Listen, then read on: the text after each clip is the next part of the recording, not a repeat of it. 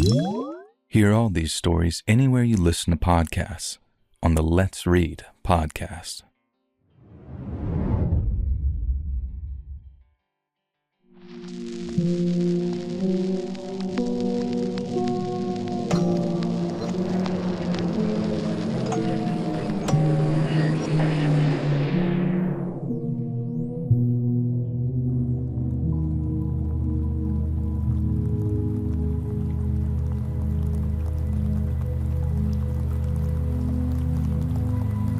So it had been a very busy Black Friday at the 7-Eleven. Now, we don't usually even do specific Black Friday deals. This was 2019, and we'd done that bring your own cup deal the year before, and plenty of people had arrived with cups for infinite refills this year too, and we had to explain our store wasn't doing that promotion this year. Like every store, we had certain things on discount, but nothing really worth getting excited over. Now, despite that, from how busy the damn store had been, you'd have thought that we were giving Doritos and Mountain Dew away for free. I'd taken the shift thinking that it couldn't possibly be that stressful. I've worked retail at Target and Best Buy on Black Friday, and holy God, I'd rather drop a 60-inch TV on my head than do that again. This really happened to a customer, by the way. Anyway, that's not the point of the story. The point is that I've been rushed non-stop on my feet, and it wasn't until around 4 a.m. or so that I finally had a break where the store was at its usual, basically empty late-night state. And basically what I'm saying is that I was so busy, so rushed, that I have an excuse for failing to lock the back door when I'd taken out some of the cardboard earlier. I should have been more careful, but I wasn't expecting the store to be so busy with only me, Bugs, and January, this chick that I've been crushing on, managing the store. And so yeah, I left the back door open, and you know when I said that the store was finally empty at 4 a.m. or so? Well, it wasn't. You see, a seemingly unhoused individual had snuck his way in through the back door and was camped out in the small storeroom, helping himself to as many non-perishable goods as he could fit in his damn face. And by the time my coworker January had stumbled across him after she went back there to restock the Cheetos, half the guy's face was blue from talkie dust. Now, she called me in immediately and I rushed in to play hero. This guy had been hungry, but not for anything healthy. He'd been tucking into some Twinkies and jerky and Takis and so much junk food that it makes me sick just thinking about it. And my God, he had been necking so many warm cans of Red Bull and Monster Energy. He was a big guy, and he'd stripped off his winter coat and sweater, and at this point, he was just wearing shorts and a dirty white vest. Now, based on the little nest that he'd made for himself in the corner of the storage room, I think he'd been planning on actually bedding down for the night there. Now, I was a little taken aback, but all I could really say was, "Hey buddy, you know you gotta pay for that." And the guy just looked up at me and blinked, and I swear to God, I could see the moment it dawned on him that this stuff wasn't just free, and he was gonna be responsible for the cost. Now, I felt a little bad for him because he clearly seemed to be homeless and very destitute and probably on drugs, even if he was colossally fat and eating junk food. But I still hated to be the one to tell this guy, who was obviously down on his luck, that he was liable for pretty much hundreds of dollars worth of snacks. However, then he stands up, and that talkie dust was flying everywhere, and he points this big chubby finger at me and says, "And how the hell do you expect me to explain this to my wife?" Now, once again, I'm a bit taken back. The dude's walked in and just sort of helped himself to our stock, and now I'm being angrily asked how he's going to tell his wife. I don't know, man. Maybe you shouldn't have eaten our snacks in the first place, I thought. And that's kind of what I say, only in a more tactful way, and then he starts screaming at me that if I hadn't wanted him to eat the chips, I shouldn't have left the door open as an invitation. I guess he kind of had a point. I shouldn't have left the back door open, but if you see someone's house is open, you just don't go in and start eating their food, do you? And I said this to him, and he thought about this for a moment like the answer might have even been yes. And then this guy says, "You're not calling the cops, and you're not calling my wife." So I say, "Okay, we can avoid all that if you can pay for all the items you've eaten, and then we can just sort of make things work." Unfortunately, this guy said that this wasn't going to work for him. He needed to find a solution where the cops and his wife wouldn't get involved, but he wouldn't be stuck with the bill. I asked him what he proposed, and he gave a few ideas. 1, we made them the winner of our Black Friday sweepstakes, which is not a thing. 2, I go halves with him and pay for half the food, and then he could just about manage the rest. Obviously no. And then his final offer was that he would pay for all the food he'd eaten as long as January would do a full striptease for him first. Having the crush that I did on Jan and not being able to hold back on white knighting, I told the dude exactly where he could shove his talkies before instructing Jan to call the cops and let our other coworker Bugs know what was going on. Jan gave me this look that made me think that my white knighting may have gone down well, so I was feeling pretty cool in that moment when I faced down Mr. Talkie Man. Now, I figured that we'd have an argument for a while until the cops showed up or Bugs came to see what was going on. Instead, all 300 plus pounds of Talkie Man came barreling at me with a speed I would never have expected from a man of his size. It was like Big the Cat had fused with Sonic and gotten all 7 Chaos Emeralds. And congrats if you're autistic enough to get that joke. No, I'm not a small guy, but I'm not big either. I'm pretty average in every way, wink wink. Now anyway, distraction aside, I'm not big or tough enough to take the full brunt of being slammed into by this Talkie Man's considerable bulk.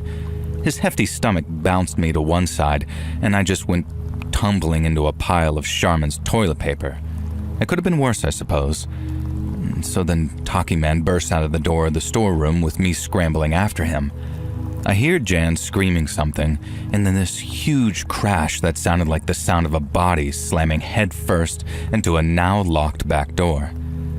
It sounded like that because that's exactly what it was.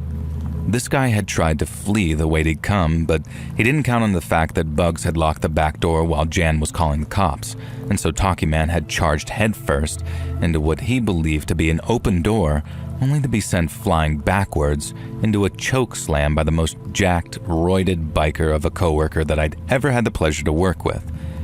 Now, I have no idea why we called him Bugs, but he was an absolutely huge, muscular guy who was able to choke slam this homeless dude to the ground and then pin him in place until the cops arrived. The 3 of us got into a bit of trouble for leaving the back door unlocked, but there was no camera footage showing who had failed to lock the back door, and we all agreed to keep that bit of information to ourselves, so the worst we had to deal with was just some lecture from the area manager about mindfulness and safety. Now, the Talkie Man had faced some weird charges. He avoided a breaking and entering charge due to the back door being unlocked, and despite the sheer volume of what he'd eaten, and the fact that he'd eaten it on the premises, it was dropped to a shoplifting charge which led to a fine and a suspended sentence. Oh, and remember how I said he appeared to be unhoused? The dude was married with a wife and kids. I feel bad for him in a way. He seemed to be suffering from insomnia and some sort of mental health issues due to the stress from his job and had started taking Ambien, and it was kind of decided that the Ambien was making him act a little crazy, and I'm not sure though. And I'm not sure I can really blame the Ambien either. I think the guy may have just been hungry for talkies.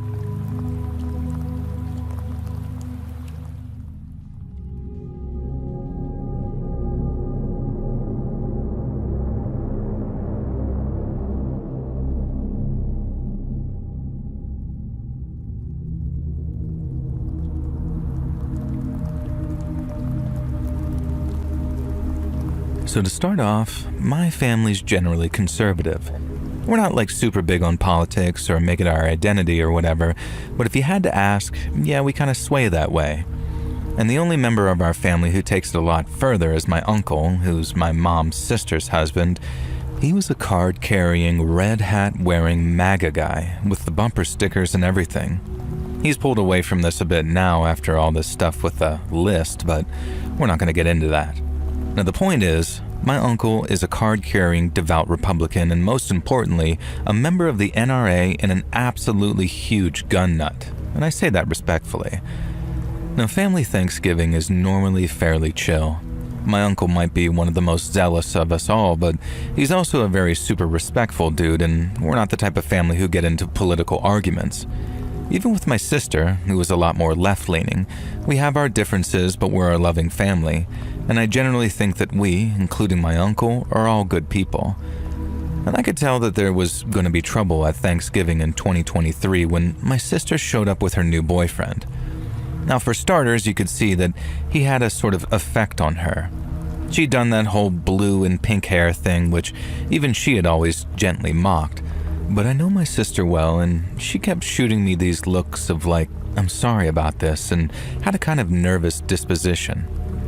Anyone else might have assumed that she was just referring to her weird new look, but we're twins, and I knew that she meant something else, and that something else was her boyfriend. Now I'm just going to call him Jack, short for jackass. And right from the beginning, Jack was on the offensive. You could just tell. He was very snippy and coldly polite with my parents, which put me on the defensive immediately, and the same with other family members. After the food was dished out and he announced that he was vegan, something that we had not been informed of at any point, despite Mom sending the usual email out to any family members who might be bringing guests asking if there were any dietary requirements. And so Jack made this big fuss about being vegan, and my mom, bless her, went into the kitchen and went through all the damn boxes of ingredients to work out which food would be safe for him to eat as a vegan, as if it was some peanut allergy or something, while the rest of us all waited to get tucked in. Now, Mom came back with this beautiful handwritten list of foods that were definitely vegan-friendly and handed it to Jack. I saw the list, and there was certainly enough food on there to have a decent meal. Jack looked it up and down, sort of sneered, and remarked that he'd starve if he only ate the vegan dishes, and so he guessed that he'd have to make an exception this time around. Now, you're probably thinking that he just dished up a vegetarian platter, not vegan. No. This guy piled up turkey, ham, pigs in blankets, everything else the rest of us ate onto his plate, and I watched him eat. He went into that meat in a way that made me certain that this man had never been a vegan in his entire goddamn life. What was the effing point? And I kept glancing at my sister, and she just kept flushing with embarrassment. And so we're about 2/3 through the main course, and it's been going surprisingly well, mostly thanks to Jack stuffing his face with turkey so he didn't have room to speak. And we'd just been talking about regular things. I think everyone at the table, especially Uncle Ron, knew to avoid any kind of political discussions. And then finally, Jack took a break from stuffing his face with meat and dairy and made the quip. And it went something like this. He pointed out the front window towards my uncle's truck, which, if you remember, was very magnified back then, and then said, "Nice truck I saw in the driveway. Didn't know Mitt Romney was here." Mitt Romney. Out of literally any Republican you could have picked for the joke, he chose Mitt freaking Romney. And we all just sort of looked at each other like, is this guy trolling? But my sister shot me this look saying, no, please just let it go. And that's when I started to worry. Was this guy maybe a bit unhinged? Now my uncle, God bless him, paused for a second, and I saw his neck turn red with anger for the briefest of moments. And then he just laughed and said something like, Mitt Romney. Come on, son. You could have at least gone for someone cool like Hulk Hogan. So then Jack says, well, I don't think being a MAGA is very cool in any way, and then started talking about women's rights and Roe versus Wade, something which I would note most of my family did not support being repealed, and my sister put her hand on Jack's arm and just asked him to drop it, and he shrugs it off, a bit too violently for my taste, and my sister, who's normally very bubbly and chattily, just sort of falls silent. Now, I've got it in my head that this absolute chuckle frick is maybe an abusive partner, and so I give my uncle the look. He knows the one.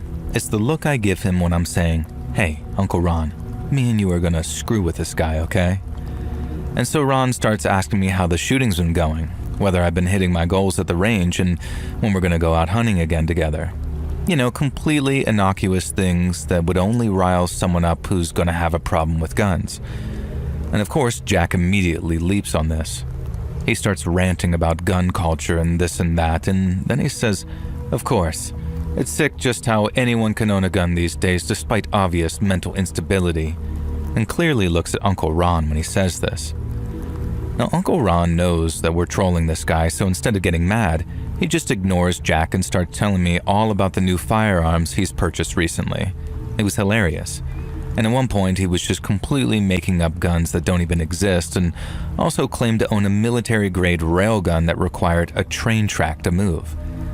At no point did Jack call him out on any of this or call BS, just as we suspected.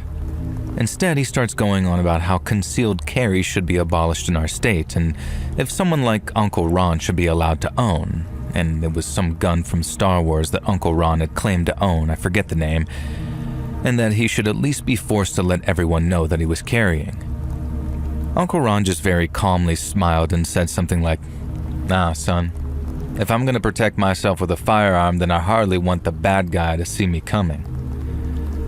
Now, Jack just got furious about this, and I'm not gonna type out the whole damn argument, but it led to Uncle Ron losing his cool, and they got into a full-blown screaming match about politics and Trump and Kamala, and the rest of us just sort of sat there looking at each other like this is the worst Thanksgiving ever. And so then Jack gets so angry that he leaps up from the table, knocking his chair backwards. My sister again reaches out to touch his arm and calm him down, and this time he actually shoves her away. So now, of course, Uncle Ron jumps up too, and he starts screaming at Jack like he's a pathetic, weak little man and blah, blah, blah. And that's when Jack reaches into his cardigan, pulls out the pistol that he's been concealed carrying for this entire Thanksgiving meal. Everyone just sort of freezes, falling silent. Uncle Ron stares back at Jack, and a look of peace and calm falls over his face. Because despite being the biggest gun nut I know, Uncle Ron is clearly not carrying at a family Thanksgiving dinner. And so here he is, face down with a supposed anti-gun vegan meat eater who's now pointing a gun at him. And Ron just says, "You don't want to do this, son. You don't want to throw your life away over some old man's political opinions. This isn't you, etc., etc." And he really started trying to convince Jack that he was a good person, that he was better than this, time to prove it, etc. And Jack had the absolute gall to say that Ron was right. He was better than all of us, and he'd prove it by lowering his gun. And that's when something unexpected happened. From behind Jack, a huge vase came flying towards his head and exploded as it smashed against his skull. Jack then fell, tripping over the fallen chair, and the gun flew out of his hand and landed on the ground, and I quickly went for it. Now looking up, I saw my sister standing there, breathing hard, and this absolute look of fury on her face. Now as I looked at the gun in my hand, I realized what she'd clearly noticed, which she went on to explain. Jack, the idiot that he was, hadn't taken the safety off his pistol. He clearly had no idea how to use it, so rather than trust him to actually lower the gun, and just in case he suddenly realized the safety was on and reacted differently, my sister decided to just brain him with the vase that we'd inherited from our great Nana, and I think the old woman would have approved. Now anyway, my sister quite understandably broke up with Jack and, yes, eventually lost the blue hair. And as a responsible gun owner, Uncle Ron reported Jack's misuse of a firearm to the cops, and now he's banned from owning a gun, I do believe. Now, my sister also managed to successfully take a restraining order out against him and reported him for some other stuff because, as it turns out, like I suspected, he had been an abusive partner. So we look back at that story and tell it with a comedy angle, usually Uncle Ron doing the telling, but I'll tell you what, finding out afterwards the type of things he put my sister through, psychological torture in particular, it made me wish that we were the kind of gun-toting, rootin'-tootin' Republican trigger-happy family that Jack clearly accused us of being. I'm not a violent person, but I do feel like at the very least he deserved to feel the fear of having 7 or 8 guns pointed at him to calm him down.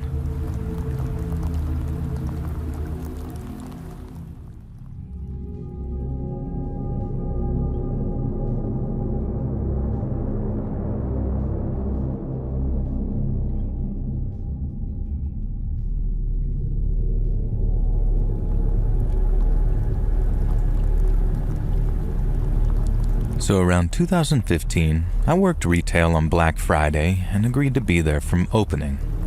Never, ever again though. It was the scariest incident of my life, and that was before I was nearly killed by an old man wielding a pickleball racket. And so the day started like any other Black Friday sales day.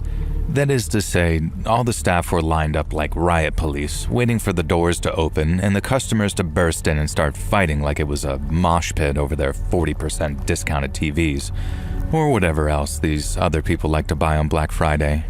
I don't know, I'm not a retail worker. I'm a security guard. And so I was on the front lines here, as you understand, but I was the first line of defense against angry moms wanting cheap baby formula or gnashing grannies trying to get their grandson a cheap Nintendo Playbox or whatever, and then insisting that I'm hiding the imaginary product from her. And I could see the crowd was getting restless through the front doors. The poor outdoor security staff were working extra hard to prevent a stampede, or what we like to call a crush, which is basically a stampede of people who could literally crush you. And at one point I was sure that I saw the glass on the front door start to crack. Well, thankfully I imagined that. Now we were all there, braced like we were ready for a riot when the doors were about to open, and I never felt more nervous in my life. I've worked Black Friday since, but this was my first time, so I wasn't really sure what to expect. Now let me tell you, when you see the footage of those riots and the way people fight each other to get their little bargains, it's not an exaggeration. If anything, it underplays the severity of what it's like. The doors open, and a human ocean bursts into the store. Now, I won't name the big brand store that I work at, I don't want to get fired, but pick one of the stores with footage of people going nuts over cheap televisions and discounted sound systems, and it's one of them. Now, each type of person you can imagine came bursting in that store that morning. You had the angry grandmothers with the sharp elbows and even sharper tongues, and you had the Joe Rogan wannabes who wrestled their way to the toy section trying to get the cheapest Furby or whatever boy's toy was doing the rounds. And then there were the big ladies trying to get their cheap hair dryers, and then all the types of everyone who wanted to get their hands on discounted 4K TVs and UHD players. Now you can't blame them. Some of the prices were obscene, and if I hadn't been at work, I might have been right there in the crowd fighting my way through for bargains like a rock'em sock'em robot or whatever. But alas, I was stuck corralling the crowd down the right aisles, trying to keep soccer moms from sucker punching deadbeat dads, and I'm pretty sure at one point, I even saw some IRL streamer streaming the whole thing. Now, it was chaos, absolute chaos, just a royal rumble of retail that is far scarier when you're on the ground than any of the footage can possibly convey. But let me try though. These are some of the things that just went down that day. 2 old men got in a fight over a bowling ball which involved one of them smashing the other's knee out with said bowling ball. In the kitchen aisle, an angry mother of 4 got in a fight over the last blender, so she used the show model to try and knock her rival unconscious. Now this backfired, causing her to twist her wrist and the rival to swipe that blender out from under her. 2 different customers got trampled, including a broken arm, and thankfully there were no deaths though. Now quite possibly my favorite though was the 2 adult neckbeards who got into a fistfight over Magic the Gathering cards and ended up trashing the entire toys and games department by throwing each other against the shelving units. This also makes it sound like I wasn't doing my job, but trust me, I was. And so were the rest of my colleagues. If it wasn't for us, I'm convinced that there would have been deaths, multiple deaths. And the cops told us as much in the aftermath of the sale. There was so much damage, so much carnage that we ended up losing more stock to damage than we even sold. Now this might all sound comical and even silly, but I want you to consider this. Humans were willing to behave this way towards each other over a little bit of money off of a TV. One man broke another old man's knee with a bowling ball, like I said, and that injury will probably last for life. The blender to the head. Thankfully that didn't cause damage, but imagine if it had shattered. That could have taken someone's eye out. And on top of that, we've got these absolute clowns who trashed an entire aisle of children's Christmas presents because they wanted to fight over some playing cards. It doesn't sound so silly and funny when you look at it like that, does it? Working security during Black Friday really severely challenged my faith in humanity. I had to start going to therapy just to convince myself that the majority of people aren't selfish, awful humans, and I'm not convinced that's untrue. The therapy might be for other stuff as well. So when you see these crazy videos online, remember these aren't just one-off events that happen in far, far away Walmarts. These are your neighbors, your friends, your coworkers, and they're prepared to crack you over the head with a 4K monitor if it means they can save $20 on that Nintendo Switch they've been coveting. Now, I'm convinced that somewhere, Satan's watching a Black Friday Madness compilation on YouTube and just laughing his butt off. I just wanted to send this in to say, be careful if you ever go Black Friday shopping. I'd hate for you to lose your head over a Superman action figure or some rare Charizard. 'Cause know this, I've got dibs on that fella.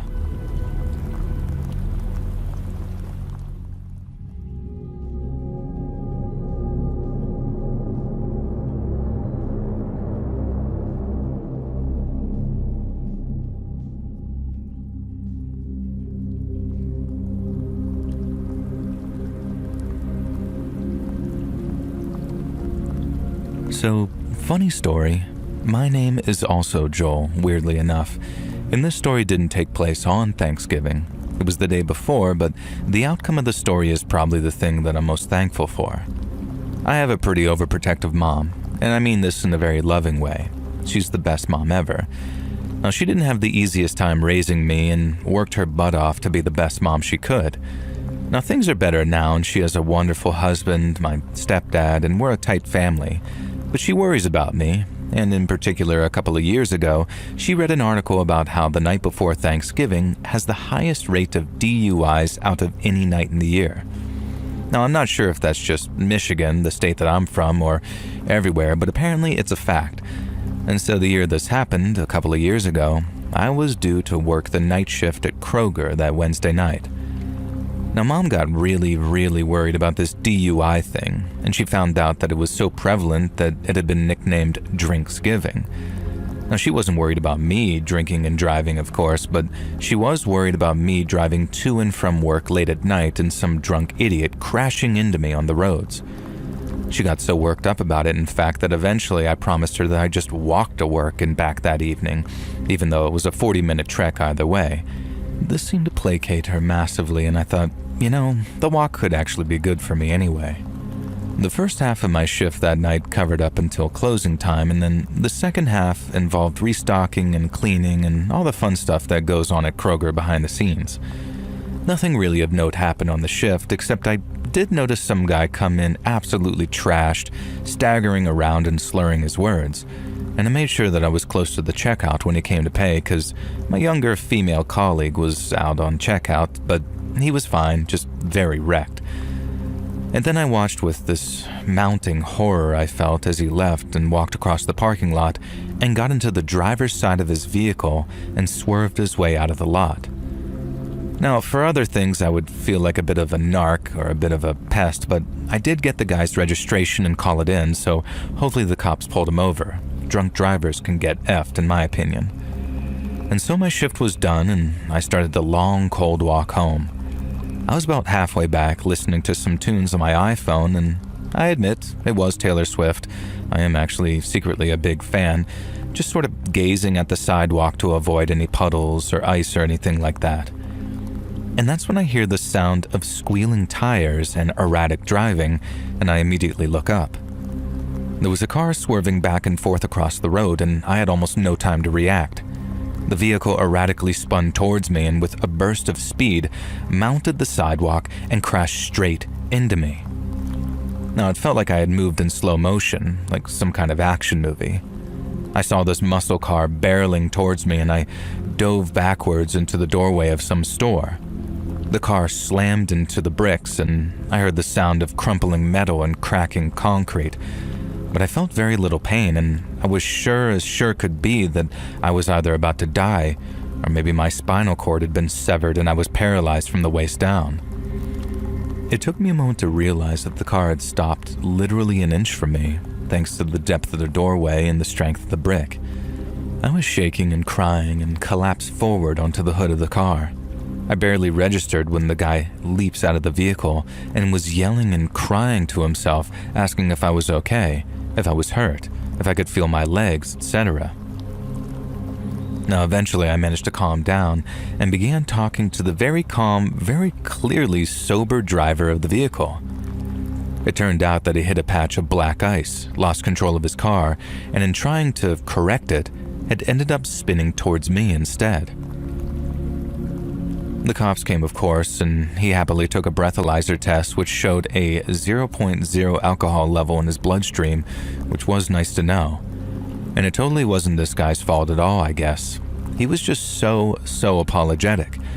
And he kept insisting that I go to the hospital to get checked out, but I knew I was fine, except for a few cuts and grazes from the cracking bricks. So instead, he paid for an Uber to get me home and gave me his card to stay in touch. My mom sent him an email about a week or so later, thanking him for being so kind and telling him that she hoped that he didn't hold any guilt, and I sent him something similar. Now that Christmas in the mail, I received a check for $1,000, and on the card he wrote something like, "Your life is worth so much more than this, but it's the least I can do." And so, almost being crushed to death by a muscular car like that didn't end up to be so bad after all. But let me tell you, those moments when the vehicle came blasting towards me, when I thought it was a drunk driver or worse, someone trying to hit me, that was the goddamn scariest moment of my life. And every year on Thanksgiving, I make sure to give thanks for surviving that terrifying ordeal.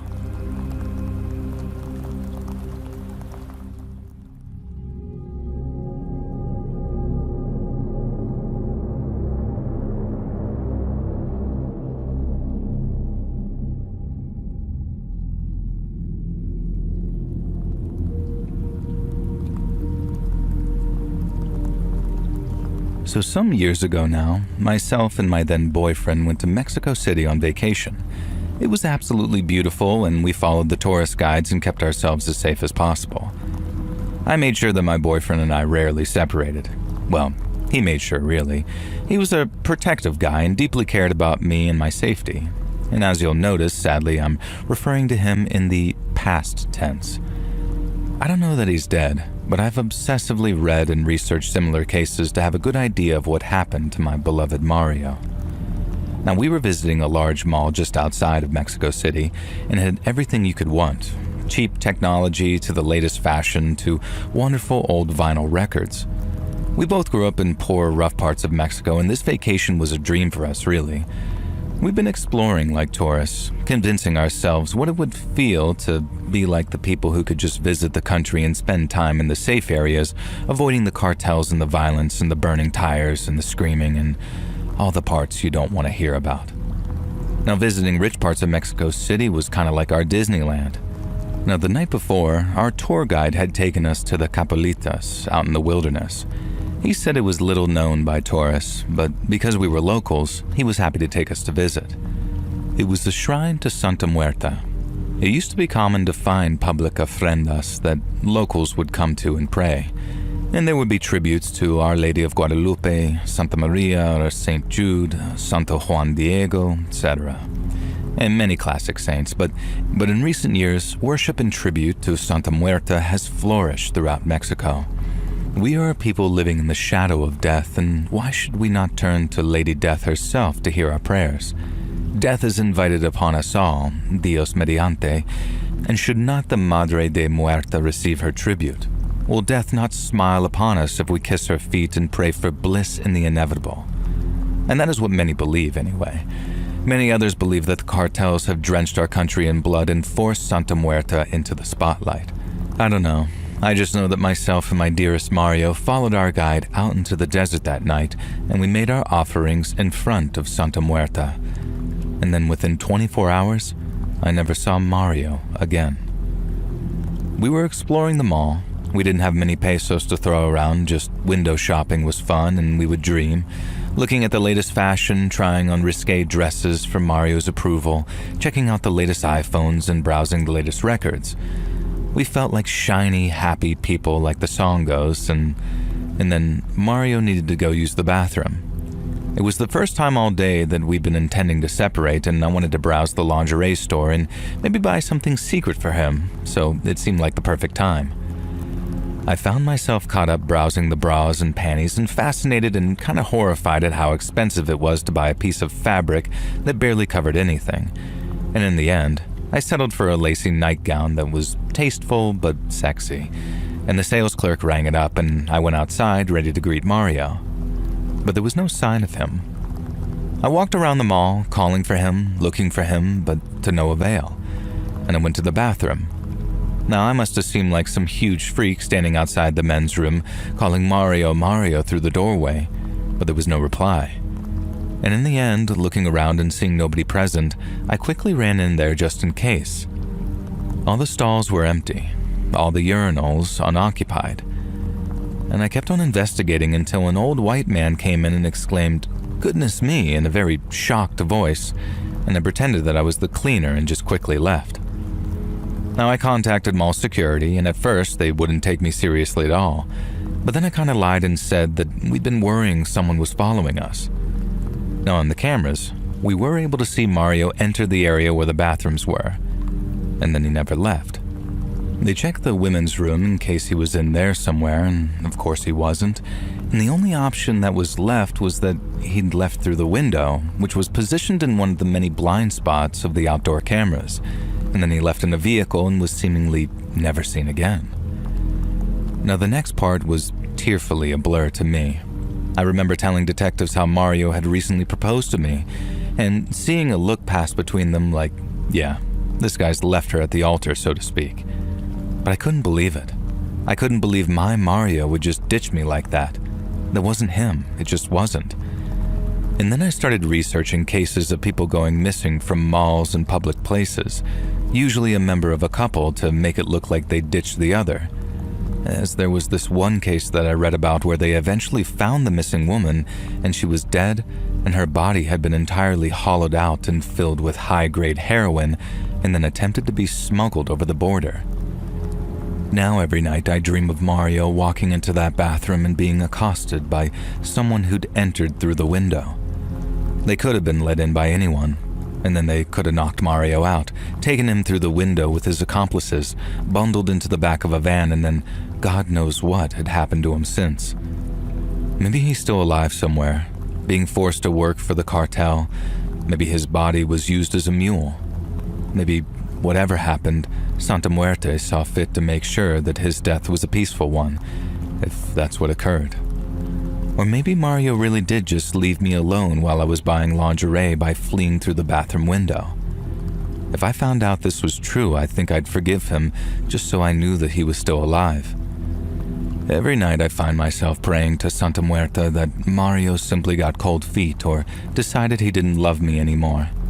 The alternative is far too heartbreaking to bear.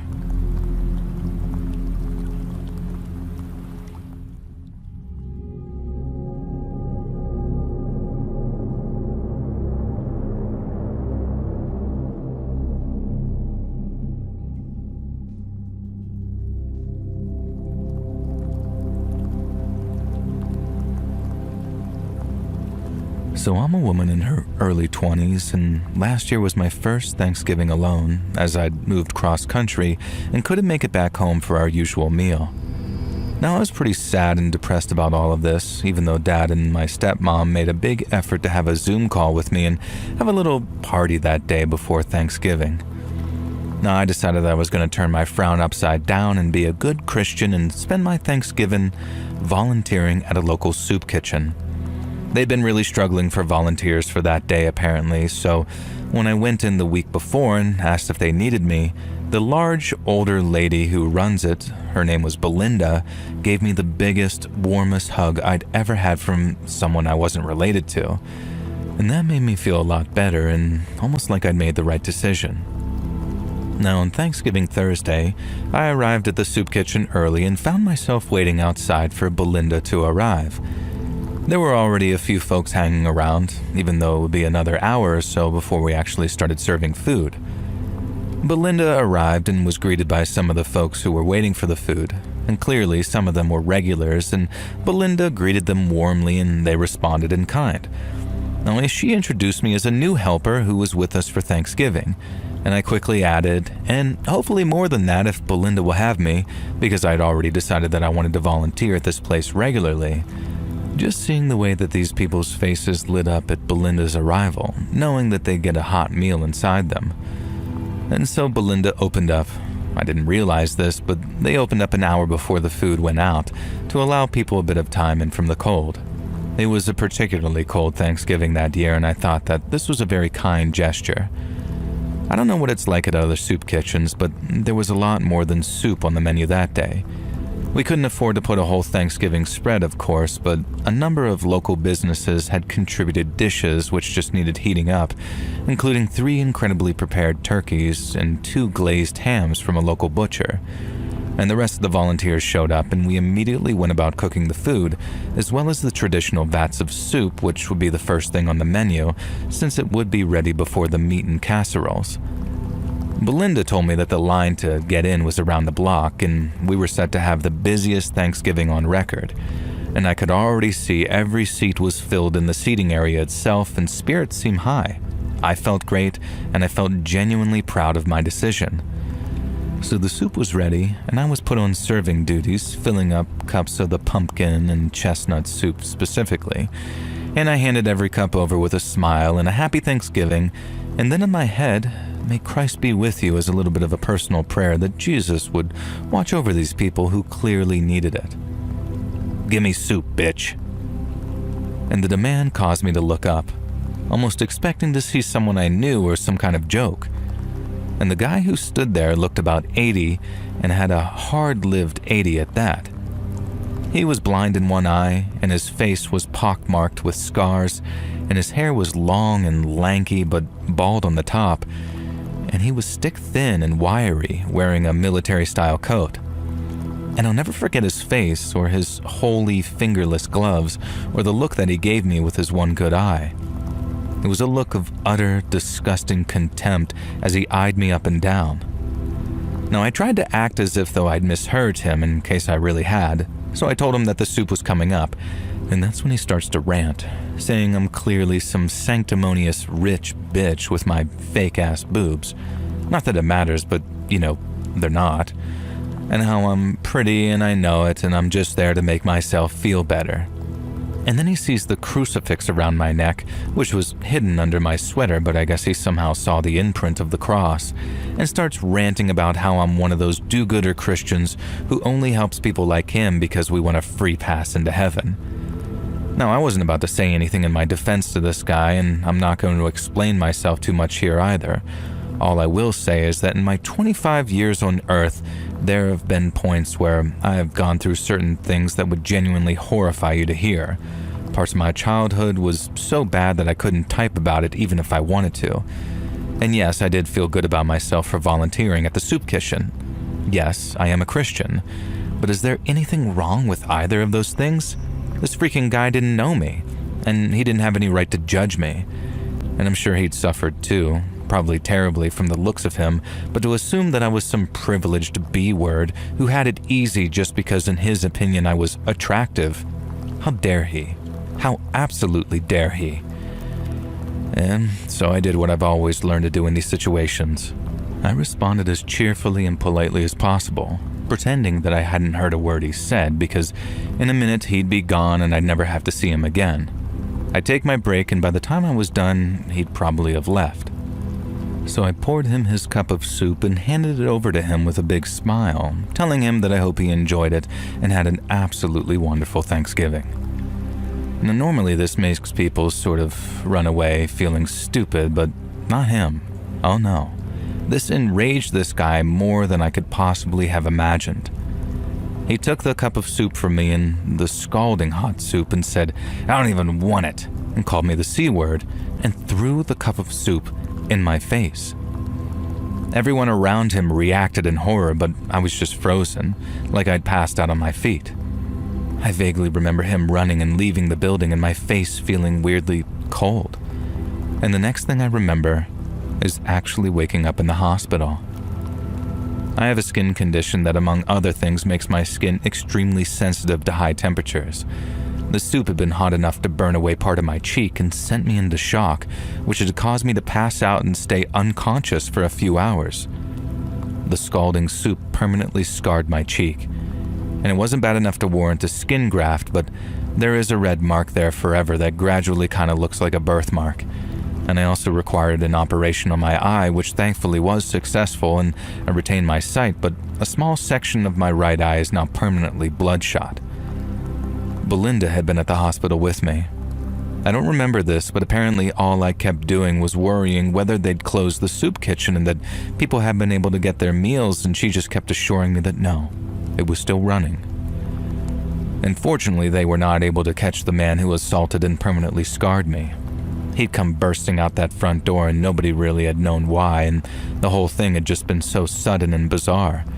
And the chances are, if it had happened to someone who didn't have a sensitive and unpleasant skin condition like mine, it would have just hurt like a mother lover, and that would have been that. Unfortunately, though, not in this case. I spent a few days in the hospital, and the thing that I kept telling myself was, this was just one guy. There are terrible people in every group, and the lesson that I've been taught here, I believe, is that forgiveness isn't necessarily what's important, but rather the lack of placing blame. So I still volunteer at that soup kitchen. I've become friends with some of the regulars, and I wish I could do more to help them. Belinda couldn't believe it, but it just felt right. Now, I'm not some kind of saint, though. There's a part of me, a very dark part hidden deep in the back of my mind, who continues volunteering at that soup kitchen in case that guy returns. And if he does, maybe I'll throw some soup in his face.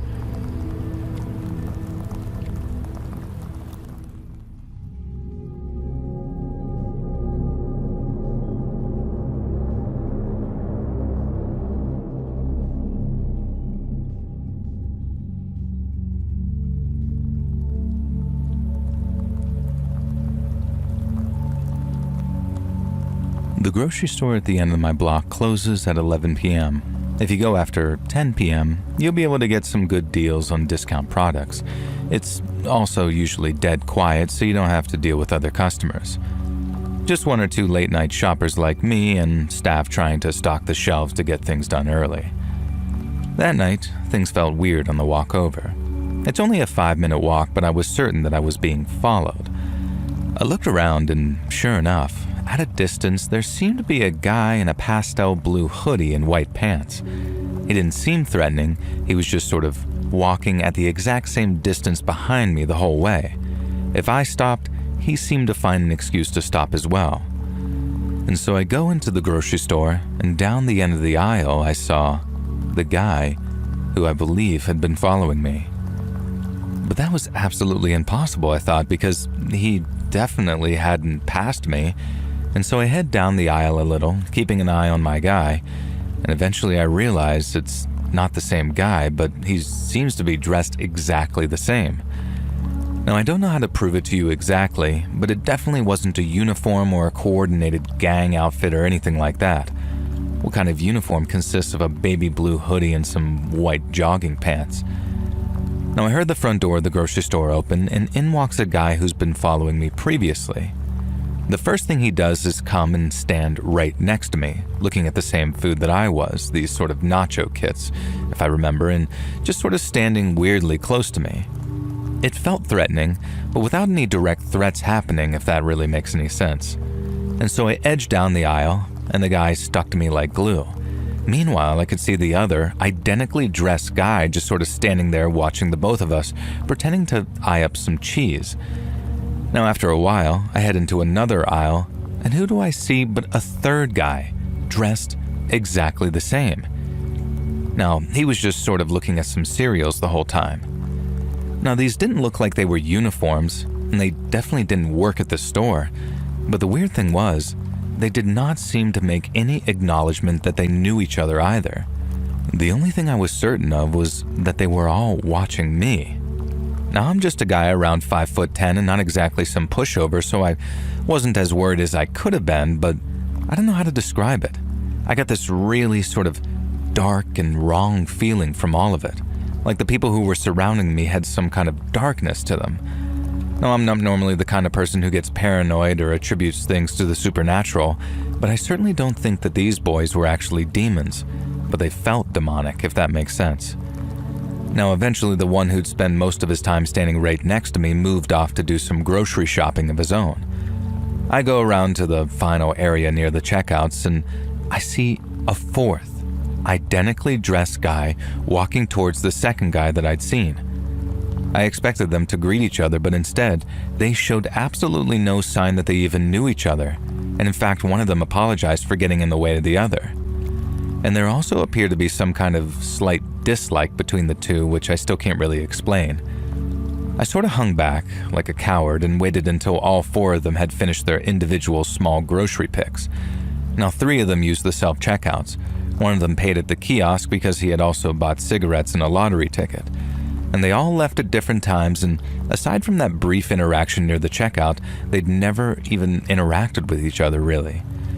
Now, before you guessed that maybe they were siblings or quadruplets playing a joke, 2 of them were white and one of them was sort of a light-skinned black guy, and the 4th, I don't know what he was as far as race goes.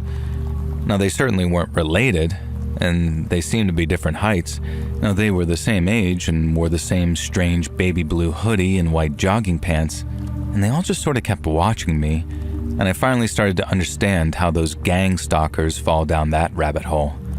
And so when I got to the checkout, the elderly lady who rang up my items was someone that I saw there often as a regular customer, and she glanced around the store and then leaned in and whispered to me and asked if I'd seen those guys just now, who had all been dressed exactly the same. I said yeah, it was wild that there were 4 of them at one time, and she shook her head and said that in total there must have been 6 of these guys. 2 of them had left the store before I had arrived. And then she gave some speech about how she wasn't normally the superstitious type, but they gave her the heebie-jeebies. Now, I didn't blame her. I asked her if she had any theories, and now she said that the best she could come up with was that it was the Saturday after Black Friday, but did that even mean anything? Did that have any kind of significance? Now, I've never really been able to find anything. Now, the walk home was 5 minutes, but it felt like 5 hours. The checkout lady almost begged me to get an Uber home, but there was no way that I was paying for an Uber to drive around the corner, and I would have felt like an idiot. Now, I didn't see the guys on the walk home, and nor have I seen them again. I know it seems like an anticlimax, but it was by far the creepiest, weirdest things that's ever happened to me while out at the grocery store. Now, if anyone has any theories as to what was going on, that'd be great, but 2 of them watched me intently, one of them stuck to me like glue until he just suddenly didn't, and 2 of them ignored me entirely, and 2 of them had left before I even arrived. So one of them at least was interested in me. Why were they all dressed the same? Why did they have the same aura? Were they gang members who decided that I wasn't worth the hassle? What does everyone else really think? Because I may just be the only person out there who gets freaked out when someone's wearing a baby blue hoodie and some white sweatpants.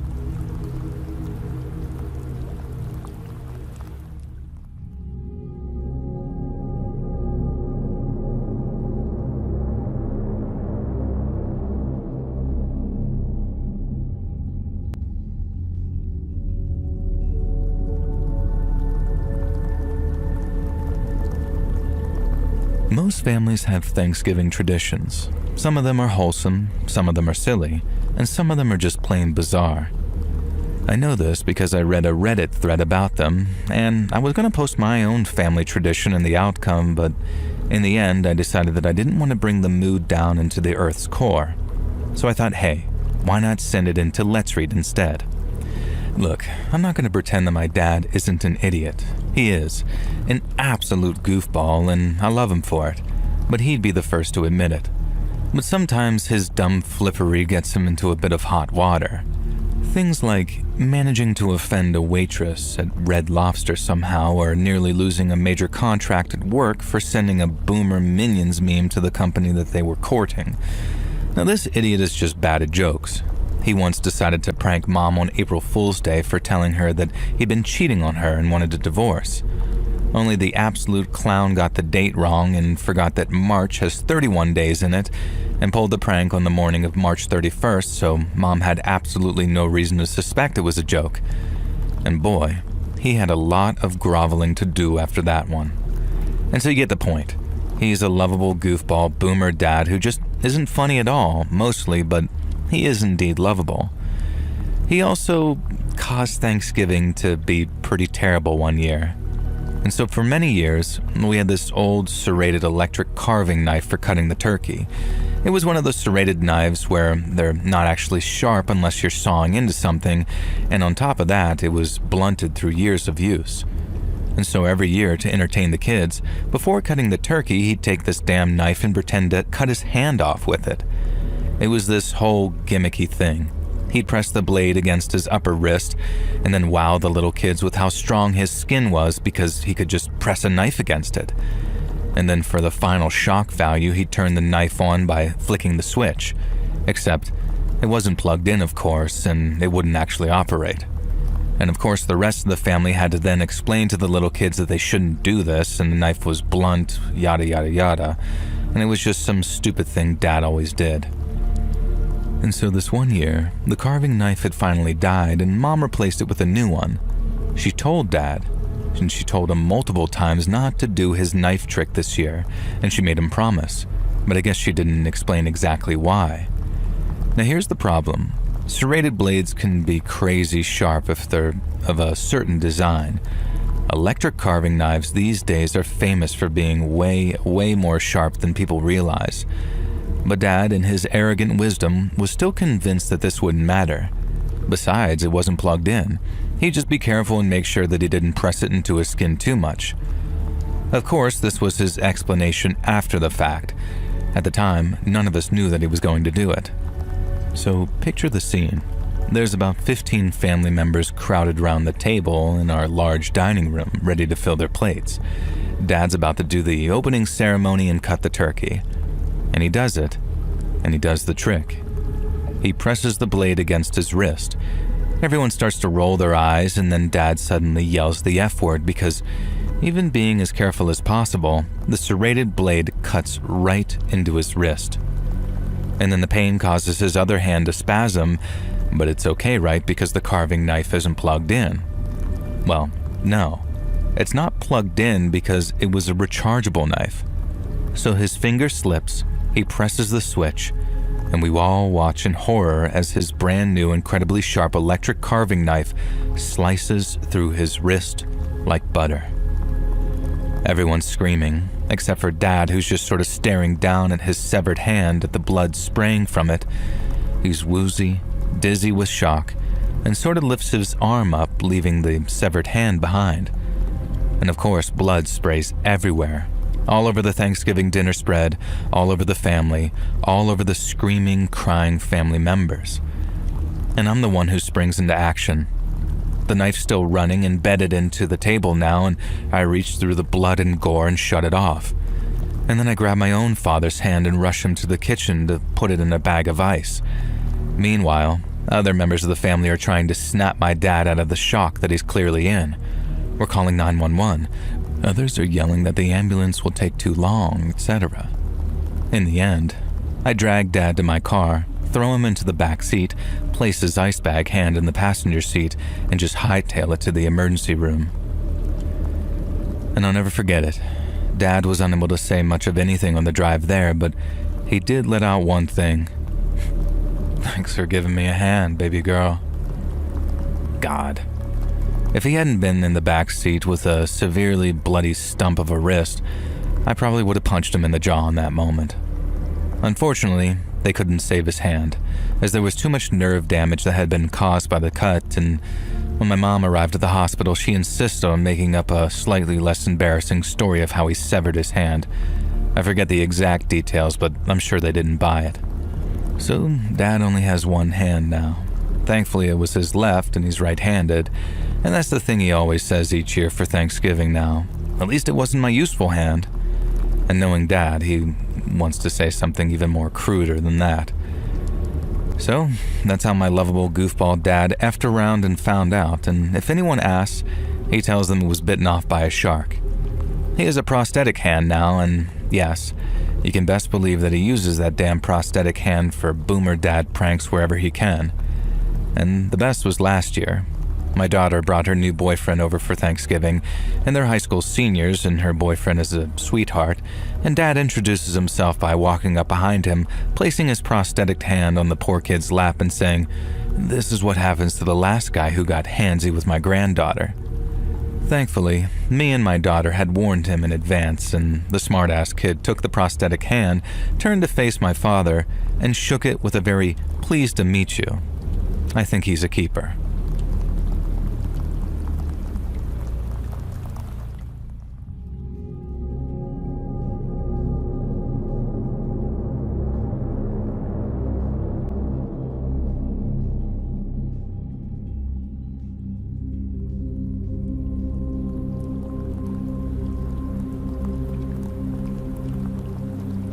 So I've been working at a Walgreens for over 30 years now. Now this happened just a couple of years ago, and to this day it remains one of the most disgusting things to ever happen, but not to me, but a colleague. Now Jamie was a new girl working checkout at the pharmacy. I'm a pharmacist, so I sign off and dispense prescriptions, but Jamie sold over-the-counter medication and would hand out prepared prescriptions over to the customer, etc. And so checkout staff at the pharmacy have a small degree of medical training, but nothing really major. If a customer needs proper medical advice, they'll be sent over to me or one of my colleagues, and if we can't help, we'll advise them to seek medical attention. Now this one day, a middle-aged guy comes over to Jamie at her post. I'd seen him before, collecting prescriptions with his wife, and I was pretty sure that he had 2 daughters as well. This time he was alone. He told Jamie that he was suffering from a rash on his upper thigh and it was extremely aggravating. He told her that he'd taken some photos with his camera phone that just showed the rash and would be easier and less embarrassing than having to show his actual thigh. Jamie should have directed him to me, but being inexperienced, she agreed to take a look at the photo. But as it was, she deduced that the rash was caused by some kind of allergic reaction and to try an antihistamine cream which should help the rash go down. All was well for about a week, and then that rashy guy returned. He said that initially the cream had helped, but it stopped being effective, and he'd taken a new photo to show the current state of things. Now this made sense to Jamie, as it was entirely possible that he simply needed a stronger dose of the cream, something she'd mentioned to him beforehand. This time, as she tells it, when he showed her the photo, it was angled slightly differently, and you could unfortunately see a small sliver of his nut on the right-hand side of the photo. Jamie tried her best to hide her blush, and she was only 19 after all, but this dude didn't seem to notice. She recommended that he try a stronger version of the cream, and hopefully that should clear things up. Now, a couple of weeks later, when I'm on shift, he shows up again. I notice him this time, and it sort of nags me in the back of my mind that he always happens to show up when Jamie's on shift, even though she worked very limited hours per week as a temporary job while studying some kind of biology at college. Now this time, when he shows her the photo, you can clearly see the majority of his left ball, and a sliver of, well, you know what. Jamie, ever the professional, did not acknowledge this despite flushing very red. Now Mr. Rashman asked her if she was okay, and even joked that his bare thigh was turning her on. Now I overheard this and made a note to talk to Jamie after he had left to let her know that she didn't have to deal with people like that. Now she eventually admitted to me that the photos had become increasingly revealing and she hadn't entirely known how to deal with that. At that moment I was furious. However, she explained to me that sometimes on iPhones, they don't show you the entire area of the photo, and it's possible to accidentally show slightly more around the outskirts than intended.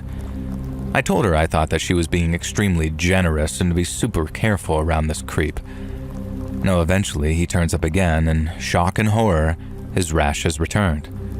He tells Jamie that he's taken the photo as tastefully as possible, but he needs to show the full rash. And so, as you can expect, he whips out an entire picture of his wiener, with only a portion of his right ball hidden. Now furthermore, the rash was the same size as it always has been, which as Jamie then realized was an almost perfect square. And she handled herself great. She said that she was extremely concerned about the customer's safety and that there was a severe risk of permanent loss of function, and she had to call the trained pharmacist right away. Now this guy immediately started freaking out and said it wasn't a big deal and to not bother me, but Jamie called out saying that she had seen evidence of a potentially devastating injury and could I help. Now this rash guy was torn between worrying about his harassment being outed and slightly believing that Jamie was telling the truth that he was about to maybe lose function of his yoo-hoo. And so I came straight out of the pharmacy and he refused to show me the photo. I asked him why he was comfortable showing Jamie but not me, and I'd seen it all before, and he started stumbling over his words and didn't have an answer for me. I half expected him to turn and leave and never christen our door again, but instead, he did something very unexpected. He grabbed a bottle of cough medicine and threw it hard against the counter, causing it to burst, and then he fled in the ensuing confusion. I'm not sure if he thought the cough medicine would function as some kind of kung fu smoke bomb or what, but clearly he'd forgotten that as a client of the pharmacy, we had his name and address, as well as all the details of his family. Now, we reported the whole incident to the cops, who said that they may not have been able to pursue any sort of harassment charges, as he could have claimed accidental reveal, but that by smashing the cough syrup, he implied intent with his behavior, which allowed us to press charges for that and involved his wife finding out about everything.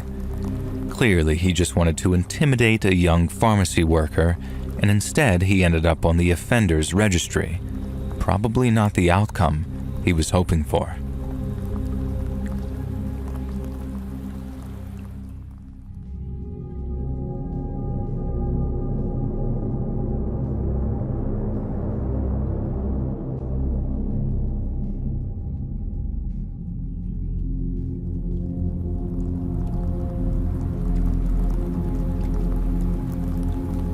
So this happened in the late 2000s. My little cousins were unholy terrors, to say the least. 2 boys, 8 and 9, the sons of my paternal uncle. They were born 2 months apart, have 2 different moms, neither of whom are my uncle's wife, and they spend other weekends with their dad, and I guess you can't blame them for being a little messed up and out of control when their family background is just so convoluted. Now, this explanation makes my uncle sound like some kind of womanizer who went around inseminating a variety of different women, and, well, I guess that's true, but not for nefarious reasons. First girlfriend actually died in a car accident a month after giving birth to Monkey, the oldest son, and my uncle had a sort of friends with benefits consolation hookup with one of his best friends, and the contraceptive broke and she got pregnant, and they decided to keep the baby, who's named Morley. And so thankfully, he has a great relationship with Morley's mom, and things are as good as they could be, I guess. He's also now happily married with a 2-year-old daughter who Mikey and Morley idolize. But the boys, who we call the twins even though they're not, and they have different moms, were absolute prank kings. They loved nothing more than causing chaos, pulling off jump scares, the kind of goofs that you get from joke stores, you know the types of things. Exploding cigarettes, lighters that squirt water, dollar store crap. It was always in good fun, but it was constant. You knew that any family gathering was going to be about the twins, and they made darn sure that we were darn sure of it. Now, it makes me so sad looking back. I miss the days when these dumb little kids were the pride and joy of the family. I miss the days when the family was a thing. Now, fair warning, this is not a happy story. It doesn't have a happy ending. And when you give thanks this Thanksgiving, make sure that you show gratitude for your loved ones who are still with you. Don't take anything for granted. Things can change on a dime, and life has no rewind buttons. No kid deserves to have the weight of what happened with the twins on their shoulders. Now, that Halloween, the twins had gone as pumpkin ghouls, basically skeleton onesies with creepy pumpkin masks. It was kind of cool, and the twins were very pleased with themselves. I'd taken them trick-or-treating, which made them feel badass to be chaperoned by their cool cousin, even if they could not grasp why a girl had dressed as Jason Voorhees, because Jason's a boy. Kids are odd creatures. And so the twins weren't content on using their pumpkin mask just once. In their minds, pumpkins are Thanksgiving related too, which is true, I guess, with pumpkin pie and all that jazz. So they smuggled their pumpkin masks into our family Thanksgiving gathering in their backpacks, just waiting to find the perfect moment to use them. The woman of our family did the cooking at our Thanksgiving get-together. Maybe this is a bit rude, but the truth is, Grandma, my mom, and my uncle's wife were the best chefs by far. Unfortunately, I did not inherit Mom's penchant for delicious culinary skills, and you could say I have a particular set of skills, and my skills lie elsewhere, extremely far from a kitchen. I'm a programmer. And so the twins decided a great prank would be to hide in the broom closet in the kitchen and burst out on whichever poor, unsuspecting chef happened to be in the right place at the wrong time. And this just happened to be my grandma, preparing the gravy boats. Grandma had just finished mixing up this thick gravy. We always have a selection of different thicknesses to suit everyone's taste, when the twins came bursting out of the closet in their pumpkin masks, yelling whatever spooky nonsense they decided to scream. Grandma was not a young woman. She was in her early 70s when this happened, and despite being used to the twins' antics and jump scares, I guess this time it caught her. She dropped the huge gravy boat onto the floor, which shattered, sending gravy and glass spilling all over the tiles near the kitchen door. And then the way the twins told it, she began to clutch at her heart. She was breathing really heavy and leaned forward to steady herself and then just collapsed into a chair at the breakfast bar. Now the twins panicked, pulled their masks off, and ran to Grandma to check if she was okay. She was still clutching her chest, breathing hard, and the kids were maybe crowding her and apologizing or whatever. And Grandma told them to give her space, and she was fine, she just needed a minute. But the way the twins tell it, they were absolutely sure that they'd given Grandma a heart attack and killed her. Thankfully, that was not the case. Now, what did happen, though, was that Granddad came running in from wherever, panicked by the sound of the gravy smashing onto the floor, and he threw the door open, ran straight into the kitchen, and immediately slipped on the thick, spilled gravy all over the floor. Now, I was behind them when this happened. I saw it all go down. I saw Granddad skid, his arms pinwheeling in a way that was almost comical if not for what happened next. He fell forward, his nose hitting the corner of the table, and they say it killed him instantly, the bone of his nose being thrust backwards into his brain. But I don't believe them. I saw him writhing on that floor. I saw him clawing at his face, and the way his neck was flopping at an almost impossible angle. I saw him take at least a minute to die. And so did Grandma, and so did the twins. We all watched as our beloved Granddad died in a pool of gravy and glass in front of his wife and grandsons, all of whom would later blame themselves for his death. Grandma blamed herself for overreacting and dropping that gravy, and the twins blamed themselves for pretty much everything. And you can understand why they did, even at that age. Grandma didn't even make it to Granddad's funeral, as she passed away a few days later of what I like to say is a broken heart. Her heart just gave out, and of course the twins blamed themselves for that too. They insisted that they weakened her heart by what they did. And no matter what we said to them, no matter how much we tried to convince them that they were just kids having fun, doing kid things, they wouldn't listen. Mikey made it to about 18. Morley's still around, but he's in and out of rehab, and the whole family does everything we can try to convince him to forgive himself, but he just won't. None of us blame Mikey and Morley. I just wish Morley wouldn't blame himself. So, this Thanksgiving, be grateful for the ones you love and what you share with them, because you never know when the most ridiculous, unexpected, and unseen event might just change your whole family's lives forever.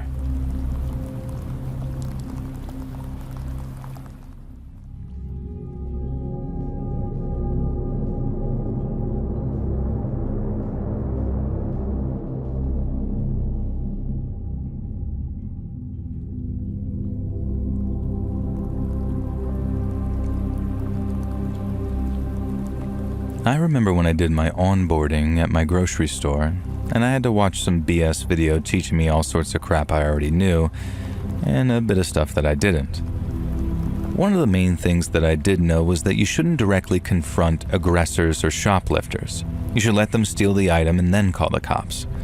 I knew this, with or without the video, but it's such a hard thing to actually convince yourself of. If I see some dude stealing something, it's in my nature to want to mess that guy's day up. I don't want to sit back and call the cops, you know? I want to dive in there like some kind of manly, badass hero like Let's Read, my favorite YouTuber male role model. And so this video says something like, "Do not engage. Under no circumstances must you put yourself in danger. The shoplifter could be armed. They could be dangerous. Your life is worth more than a tin of Spam or a potato. This isn't the Apple Store. Blah, blah, blah." And so I'm thinking, fine, sure. I'm not dying for a company that probably won't even remember my name 5 minutes after the funeral. So I kept my head down, followed the rules, and did my job exactly as I was trained. Now, it was just a stupid grocery store job. I was a stalker. We all got by via doing our jobs and really nothing else anyways, and it's how you survive a minimum wage job in the first place. But then came in a guy named Doc. He wasn't a doctor. I don't think he even had a PhD. He was just one of those guys who liked calling himself Doc because I guess his real name was Walter, something that didn't sound very cool. And so Doc watched the training videos, And he came back saying to us something like, "No way am I letting people steal from right under my nose." Now we respond, "Oh, sure thing, Doc, old pal. Wait till you're up against a 6'5" biker stealing a can of beans. Who needs the money?" "Should just get a job like the rest of us," Doc said, as if he hadn't gotten the job because his uncle was the assistant manager. Now from then on, Doc was on the lookout for shoplifters. He was determined to catch one in the act just so he could prove himself and take down one of the bad guys. Now weeks had passed and then months, and Doc was stuck as a shelf stalker just like myself. The handful of shoplifters had been handled by the security guards, and Doc was itching to spot a baddie who could be his little nemesis. Now eventually, that nemesis showed up. She was a very old grandmother-looking character, later discovered to be in her 80s, and she walked around with a stick, browsing the shelves and examining the items. Occasionally, she put some old person food in her basket. But then, while Doc and I were watching her, this old lady slipped a small can of sardines into her purse. And that was it. She'd stolen something, and Doc was ready. This was the moment that he'd been gearing for.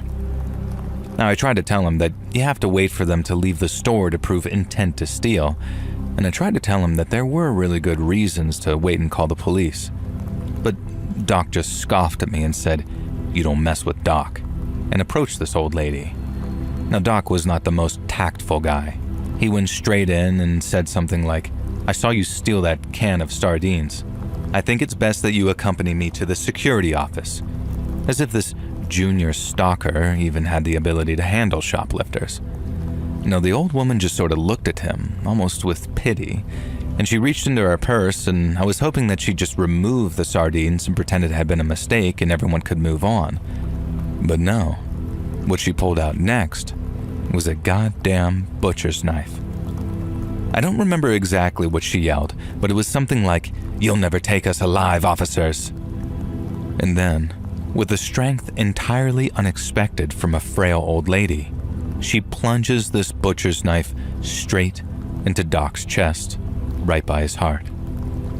And the next thing I hear is the old lady murmuring something before running faster than I would have possibly ever expected her to, towards the exit and disappearing off into the parking lot. I don't think any of us ever spared the old lady any more thought at that moment. We were all tending to Doc and putting pressure on that wound around the knife and calling the paramedics, calling the cops. Now, long story short, Doc survived, but barely. The blade nicked his heart, and if it had been any further to the left, he would have been done for. And believe it or not, this old lady got away scot-free. Security footage seemed to suggest that maybe she was someone dressed like that. Honestly, looking back, it was all utterly bizarre. Now, it certainly taught Doc the reason why we were told not to engage with shoplifters. You never know when the old lady stealing sardines might be a knife-wielding maniac who nearly ends your life.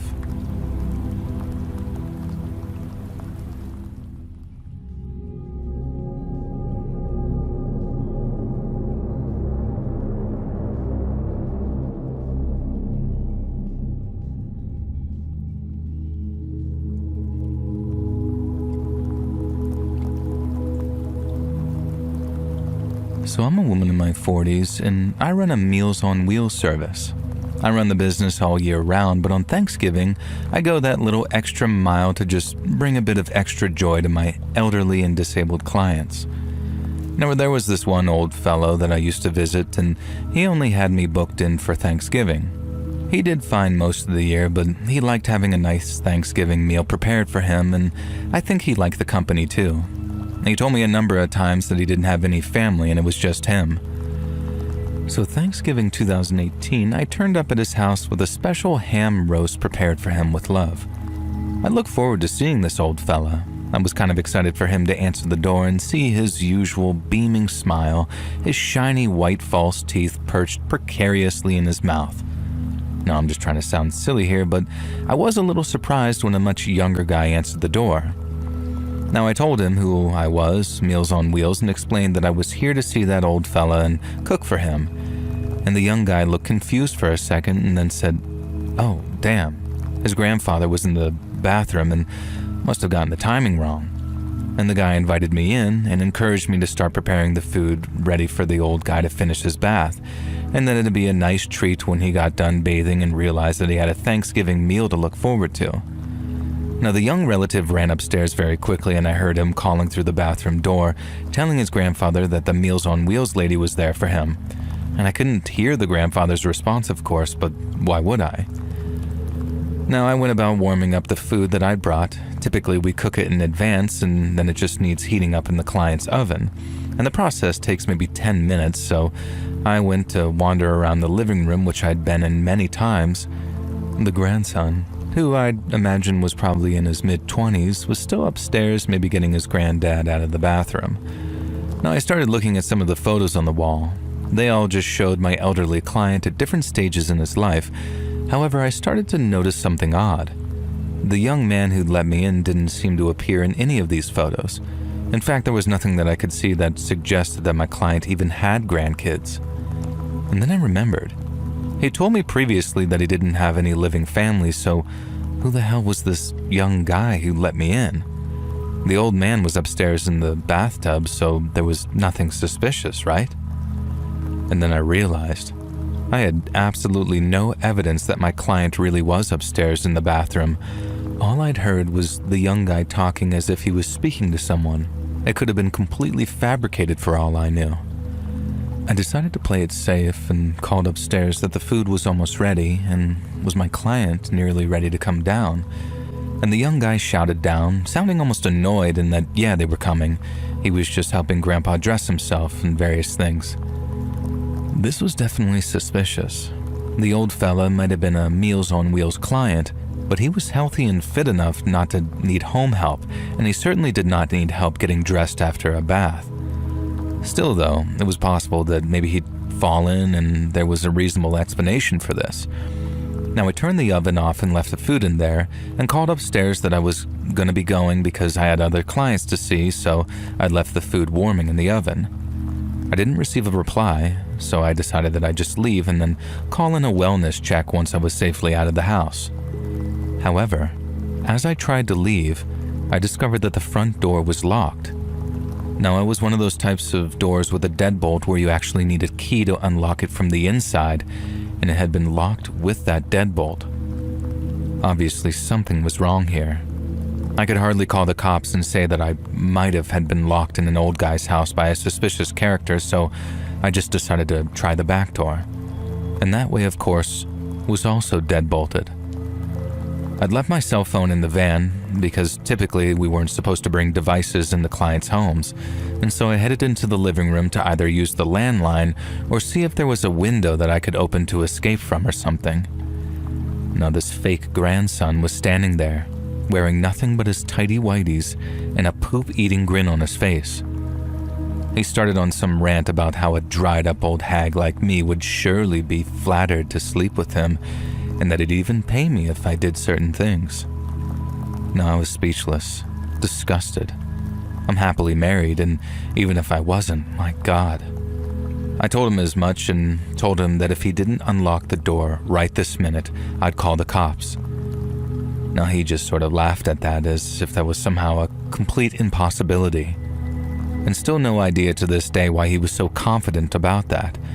So the fake grandson approaches me and says that if I won't take him up on his generous offer, then considering I'm technically a home invader, I'm unsure of what logic he was using to decide that he had no choice but to defend himself. I asked him what in God's name he was talking about, and he just looked me in the eye, point blank, and just said, "I'm going to touch you, and then depending on how I feel, I might just bury your body in the basement." I could tell he was serious. I could also tell that he was seriously on something. Later, via the police report, I found out that he was on an absolutely ridiculous amount of cocaine, but at the moment all I knew was that there was no way that this pasty creep was going to get his hands on me. And from visiting my client every Thanksgiving, I knew the living room well, and I knew that behind me there was a fireplace, and besides that, a set of tools for cleaning that said fireplace. A poker, a brush, and one of those long metal dustpans. And that's what I managed to grab when I reached behind me blindly. and that's when I swung forward, cracking my would-be assailant straight in the crotch. He howls, screams, and fell to the floor, and just for good measure, I brought that pan down again on him, the flat underside slamming into his clearly aroused groin. And I later found out that it's possible to break someone's you-know-what, and that's exactly what I think I did. Unfortunately, this is also why my attempted freak managed to get away with a suspended sentence, because I was forced to lower the charges to avoid him countersuing for some fairly serious bodily damage. But it felt pretty worth it regardless, and I'm pretty sure I dissuaded him from trying to touch anyone else in the future. Now, I found out that my client had unfortunately passed away the week before, and due to his lack of family, his Meals on Wheels order had yet to be canceled. The guy who attempted to trap me there was the new tenant, and apparently decided to celebrate his Thanksgiving by doing a truckload of drugs and trying to kidnap a Meals on Wheels worker. I don't know what became of him after the disappointingly short legal proceedings in which I had to back down from pushing too hard after I basically broke his wiener, but again, I think I did the world a favor. So I'm thankful for my near miss that day, and also thankful for my perfect aim with that dustpan.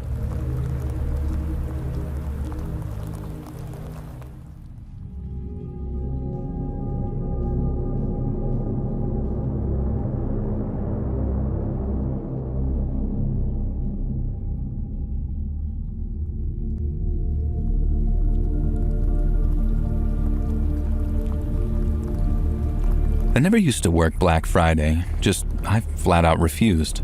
And so as a compromise, each year I agreed to stay late with one other colleague and prepare for Black Friday. It wasn't such a big deal back then. We'd just run a big sale on the Friday and that was it. You know how Black Friday used to be. But it did mean setting up some nice displays the night before and making the store look presentable and exciting. Now, this was back when sales weren't run every 5 minutes, so they were actually quite a big deal if you were trying to save money. Now, remember when the January sales used to start after Christmas and offered some really great savings that you'd never find at any other point throughout the year? Black Friday was like that, but just a single day. So I refused to work Black Friday because I cannot deal with that many demanding customers. But I was happy to take charge of the lovely, quiet setup the night before. Now, as I recall, I was setting up a pyramid of VHS player boxes when I first heard the sound. It came from near the kitchen appliance section, and I knew that neither of my coworkers were around there because I could see them. And it sounded like a refrigerator door opening and closing, which was kind of eerie because there was no reason why any of them should ever be opened outside of a demo. In my infinite bravery, I decided to ignore it and move on to the next display, which was a set of discount stereo system components. Then one of my colleagues came over to me and asked if there was anyone else here, because they were sure that they'd seen a fourth staff member hanging around in the area where the camcorders and cameras were. I told them no, it was just us three, but we'd go investigate. There was no sign of anyone, but one of the cameras was slightly misaligned as if it had been moved, and I decided to check the footage, and that's when I saw something odd. There was a few seconds of film that showed a guy with a very thick mustache and big, thick Coke bottle glasses staring into the camera, almost looking like he was in shock. And then quickly the footage ended. Unfortunately, the display model was not correctly set up for the time and date, so I wasn't able to see for sure exactly when the strange recording had been made. The answer was soon provided for us, though, when the storeroom door visibly creaked open in front of us and then just slammed shut. Now, there was no way that this was me or any of my colleagues, and so the three of us ran to the storeroom and did the bravest thing we could, and we locked it from the outside and then looked in through the window. That same guy that we'd seen on the film was sitting in the corner of the stockroom, dressed in pajamas with a sleeping bag on the floor beside him. Obviously, in that moment, we called the cops. And it turns out that what had happened was the customer had hidden in the store at closing that night so that he could be able to be there bright and early when we opened for Black Friday by never having left the store in the first place. In many ways, it was all kinds of wholesome, other than the breaking and entering. However, things took a darker turn when the cops searched through the guy's belongings, and they found a camcorder taken from the shelf, and I guess I hadn't noticed that it was missing at the time. And the footage they found on there was very disturbing though. He must have filmed it within the previous few hours, and it included footage of both myself and my other female colleague on shift in compromising and very revealing positions from under the stalls. This creep must have been hiding in the bathroom waiting for us to enter, and having worked out how the camcorder worked, decided to give him some overnight entertainment to keep himself occupied while he waited for Black Friday. Naturally, we pressed every charge in the book and he faced some pretty hefty consequences. Now, I was less impressed at the footage having been played back in court, but it was worth it just to send this complete creeper down for a decent amount of time. Now, I'm sure he's long since released by now because this was quite a while ago, but I hope I never have to encounter that creepo weirdo Black Friday pervert again, if he's even still alive. And maybe it makes me a bad person, but I kinda hope he isn't.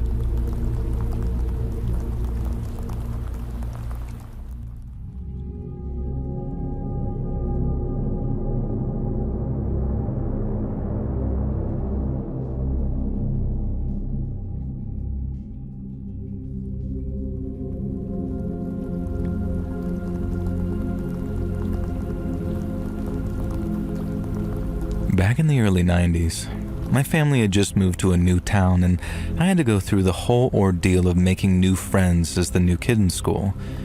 It was the first year of high school, so it wasn't as bad as it could have been, but most of the kids already knew each other and had their established cliques and groups, and I hadn't really found my place. And there was this one kid, though, Tad, he went by, who was a popular and very amicable guy, but he didn't really seem to have any friends that he particularly hung out with. It was like he sort of jumped from one group to the next, being pals with everyone but not really having any people of his own.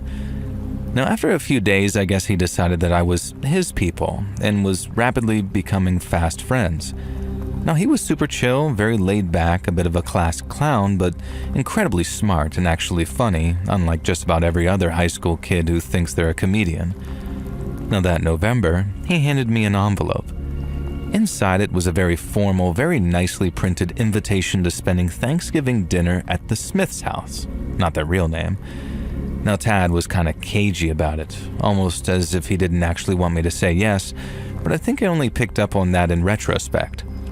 At the time, I was unsure because I always enjoyed spending Thanksgiving with my family. We'd usually go to my uncle and aunt's house and have a big extended family gathering. Now, I talked to my parents about it and they were insistent that I accept the invitation. There would be plenty of family Thanksgivings and they wanted me to make friends and have a finally good time. And they sold me on it, and by the time the big day came, I was very excited. Now, when I arrived at the Smith's house, Tad answered the door and I was surprised to see that he was dressed sort of fancy. Like, have you ever seen that review bra guy on YouTube?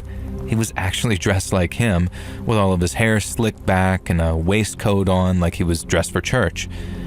And I was dressed in my usual normal 90 kids attire, and Tad looked me up and down and I saw some kind of worry come across his face and didn't really understand it.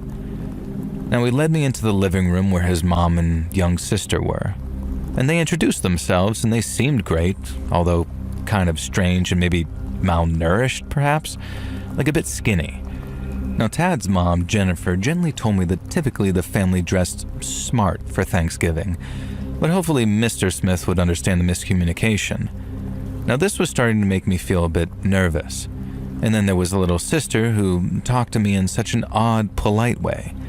The house itself also felt kind of lifeless, like it was almost too clean. It didn't look lived in. There were no family portraits on the walls, no memorabilia, no magazines on coffee tables, nothing. It could have been a house straight out of a catalog or what I now know would be called a show home, and it just sort of smelled sterile. It was all so strange. So Mrs. Smith led us into the dining room. I don't want to sound ungrateful, but my heart just sank. See, I was used to Thanksgiving spreads being kind of awesome, and this was just pathetic.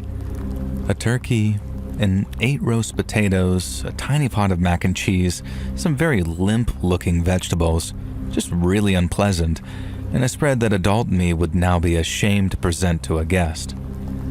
Now, Mr. Smith, I never did learn his actual first name, was just standing at the head of the table like some goddamn king. Tad leaned over to me and whispered to make sure that I referred to his dad as sir and always made eye contact if I spoke to him, and only to speak to him if he spoke to me first. I genuinely felt like this was some type of prank at first, but it was very clear from the atmosphere that this was not. Now, Mr. Smith did not greet me or introduce himself. He gave me a sort of nod and then continued to acknowledge that I was there. I was seated to his left, Tad opposite me, and then the little sister sat next to Tad and Mrs. Smith sat opposite her. And this positioning is important for later because you need to know that I was in reach of Mr. Smith. And so I followed the lead of the others and stood behind my chair while Mr. Smith spouted a rambling, droning grace that seemed to last forever. And weirdly, too, at no point did he actually mention God or Jesus or anything. It was just about giving thanks and appreciating the things we have.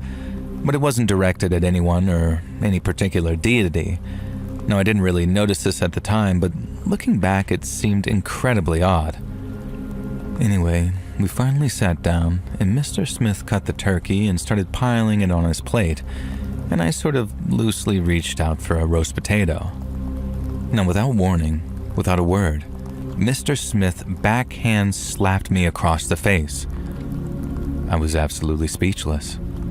It hadn't been hard enough to really hurt or anything, it was just hard enough and belittling enough to leave my face red, both from the slap and the embarrassment of being pimp slapped by my friend's parent. Like, holy crap, I had never in my entire life been struck by a friend's parent before, and certainly not when I was old enough to be in high school. Mrs. Smith quickly stepped in and told me in a very trembling voice that it's custom to allow the man of the house to dish out his entire portion before anyone else was allowed to take any food. Mr. Smith then added very sternly that usually the man of the house would eat his entire portion before the rest of the family could eat either, but they were making an exception because they had guests who did not seem to understand respect. I wasn't a particularly angry or petulant child, but I was burning with fury inside. Tad kept giving me these looks like I was supposed to understand what was going on here, but I just didn't. I was too scared to take any food at this point, and I had to be prompted by Mrs. Smith to help myself eventually. And when I did, I was horrified. The food had looked unappetizing, but it was worse than it seemed. Everything was lukewarm at best. The vegetables were undercooked. The pasta and the mac and cheese were crunchy from being underboiled. And worst of all, the turkey was pink and slimy, perhaps the most undercooked meat I'd ever encountered in my life. And the rest of the family were picking at their food as if they were aware of how vile it was, but Mr. Smith was devouring his portion with almost a sort of gusto, for lack of better words. And not once did he praise the chef, though, which I'm certain was Mrs. Smith, because I can't imagine Mr. Smith being the type of man who did the cooking. Now, about halfway through the meal, the undercooked and horrifically prepared food began to take its own toll on my sensitive stomach, and I felt serious, unpleasant pains coursing through me. I tried masking it, pushing my food around on my plate with my fork, but Mr. Smith noticed and told me to eat up, son. It's impolite to be ungrateful to one's host. And I finally spoke up and said that I had a really bad stomach ache, and could I please call my parents to come get me because I didn't want to ruin their Thanksgiving dinner. Now Tad, Mrs. Smith, and the little sister all went totally pale and silent at this. Mr. Smith's face went a sort of shade of crimson, and I swear, if this had been a cartoon, steam would be bursting out of his ears. Unfortunately, this was real life. It was my life. "How dare you," he screamed, and then proceeded to lecture me on how I was the rude, uncouth little deviant. And then he turned his sights on Tad. It was Tad's fault for inviting someone like me from the wrong side of the tracks to their family meal. And Tad began apologizing profusely, saying that I didn't know any better, and of course I would stay and finish my meal. And I felt so betrayed. But then I kind of realized why Tad had no choice. Mr. Smith stood up, dragged Tad to his feet, and proceeded to force him over his knee, pull his pants down, thankfully not his underwear, and spanked him with such violence that I'm amazed Tad didn't burst into tears. Mr. Smith then looked at me, and it was a very clear threat. Either I play ball or Tad would suffer the brunt of my actions. So I forced the rest of my food down, struggling against stomach pains, struggling not to throw up, and struggling not to burst into tears when I thought about my own family and the absolute hell it must be living with this one. And eventually dinner was finished, and in silence we ate some type of sort of slimy jello with some fruit in it. And as soon as dessert was finished, Mr. Smith promptly commanded that I leave and to think on my actions that night and the shame that I brought on myself and my family. It was an hour's way back to my house, and I opted to just take it rather than dare ask if I could call my parents. Now, when I got home, our own Thanksgiving meal was still underway, and Mom and Dad just cheerfully asked me if I wanted to join in. And I kind of snapped at them, burst into tears, and then ran upstairs and threw up. And I spent the next 3 days bedridden with this food poisoning, during which time I explained to my parents as best I could exactly what had happened that night. And when I got to the part about Mr. Smith slapping me, I could see Dad starting to shake with rage. But then my parents surprised me by saying that different families just have different customs and values, and that I shouldn't hold it against Tad, and I should continue to be his friend. I just shouldn't visit his house anymore. Now, I'd expect something else, I guess, some kind of confrontation where my dad, my hero, had gone around to the Smiths and given Mr. Smith a beatdown. Instead, it felt a bit like an anticlimax. Then, 6 months later, Mr. Smith abandoned his family, just upped and disappeared. And rumors spread around town that he'd run away with some lady of the night from the local strip club. All sorts of gossip spread about him, and things that would have made it very hard for Smith to show his face around town again. Talk of inappropriate behavior with the young boys he coached at Little League. Local cop friends of my dad claiming that Mr. Smith was a known curb crawler in the red light district. All sorts of things. And as soon as Smith abandoned his family, Tad really came into his own. We'd stayed friends, just like my parents had asked of me, and Tad went on to go from class clown to actually valedictorian, and he spent every Thanksgiving with my family after that. And when it came to his turn to give thanks, he'd always say that he was thankful for whatever caused his dad to show his true self. And whenever Tad would say that, my own dad would give me a look and a bit of a wink, and I never asked him about it. I never wanted to know. I knew enough to know that Smith was still alive at least, and throughout the years, he made a few attempts to contact Tad, usually begging for money, and Tad and I are still great friends. He always ignores his dad pleading, and he especially ignores it when his dad mentions the ultimatum that he was given back then, which forced him to leave his family. And Tad doesn't want to know what that means, and neither do I. But all I know is that sometimes people do get what's coming to them, and for that, I'm thankful as all heck.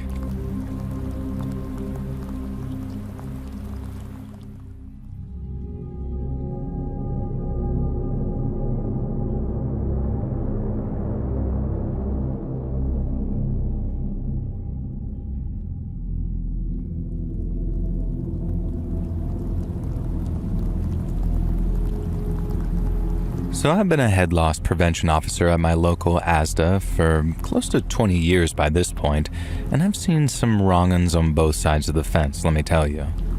There was a shoplifter, big, buff, tattooed bloke who would only nick scented candles. And then there was the young lad on the checkout who played five-a-side with us who turned out to be pretty weird with kids. Now, none of them hold a torch to Nick, though. Nick made Gary Glitter look like a decent bloke. Well, maybe not quite that extreme, but he was certainly a massive C-word who I would not shed a tear for if he unalived his own life, as the talk-tick kids might say. And so Nick was the most zealous loss prevention officer I've ever met. This was mostly a good thing for lads like me who take the job seriously with military precision. If anyone swiped a jar of Marmite or a pack of crumpets, Nick would be on them like flies on poo. Like he'd frog march them off to the security office, and then he'd spent around half an hour in there, and I'd swear it down that that person would never shoplift again. Now, I'd never heard any complaints about Nick. Not one, but I guess it turns out, when you scare people into silence, they don't tend to complain about you. To this day, I do not know what Nick said or did to persuade the guy to go straight. For all I know, it was the same thing. But when I found out that he was persuading the young girls to go straight, well, it made me sick to my stomach. It was a total idiotic coincidence how I caught Nick at it, though. I was in the security office and I managed to get myself locked in the security closet. Don't ask me how. To this day, I couldn't explain it. Fate, maybe. And so Nick brings this girl in, maybe 18 or 19, and immediately he's explaining to her how he's not just a security guard, he's secret police. And then he flashes some kind of badge which I couldn't make out through the slats in the door, but I guess it was pretty convincing because the girls start crying and begging and apologizing. And so Nick tells her that he's only pulled her aside because, get this, she's a suspected enemy of the state. Apparently there are things that flag up to his people and he has to pay extra special attention to them. He's implying to this last that his people would be capable of disappearing her unless she cooperated. Nick's idea of cooperation was, to put it mildly, obscene, and the way he explained it, the items she was stealing, in this case bread, tomatoes, and beans, was a code combination for other agents to know that she was strapped with explosives. It was clearly some absolute nonsense, but long story short, he could make any trouble go away if she let him take some shots of her without clothes to prove that she's not wired or strapped with explosives.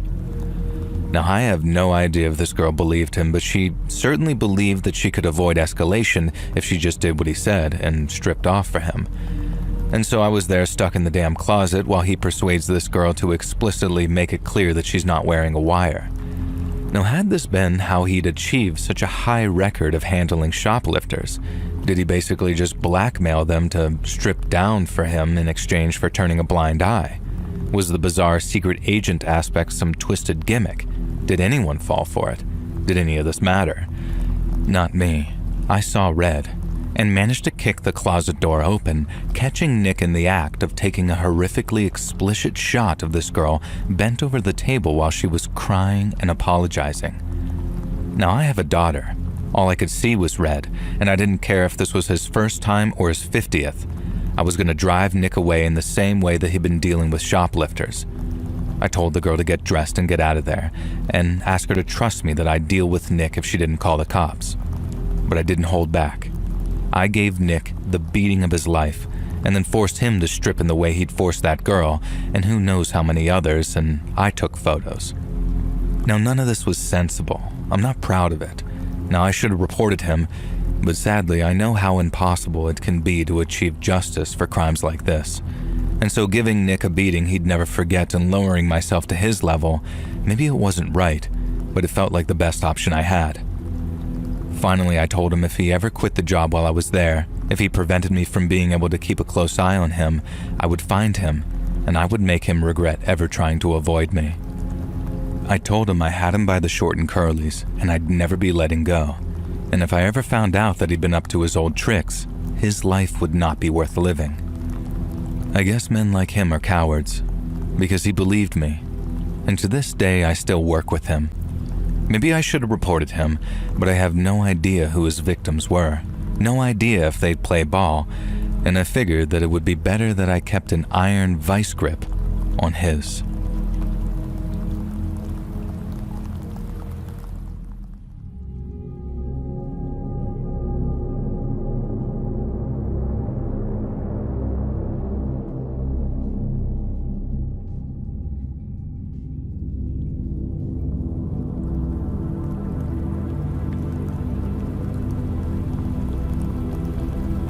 So this story happened on a Black Friday. The sun had just set and the bargains had been bought, and the nearby Target, in my mind, was a war zone.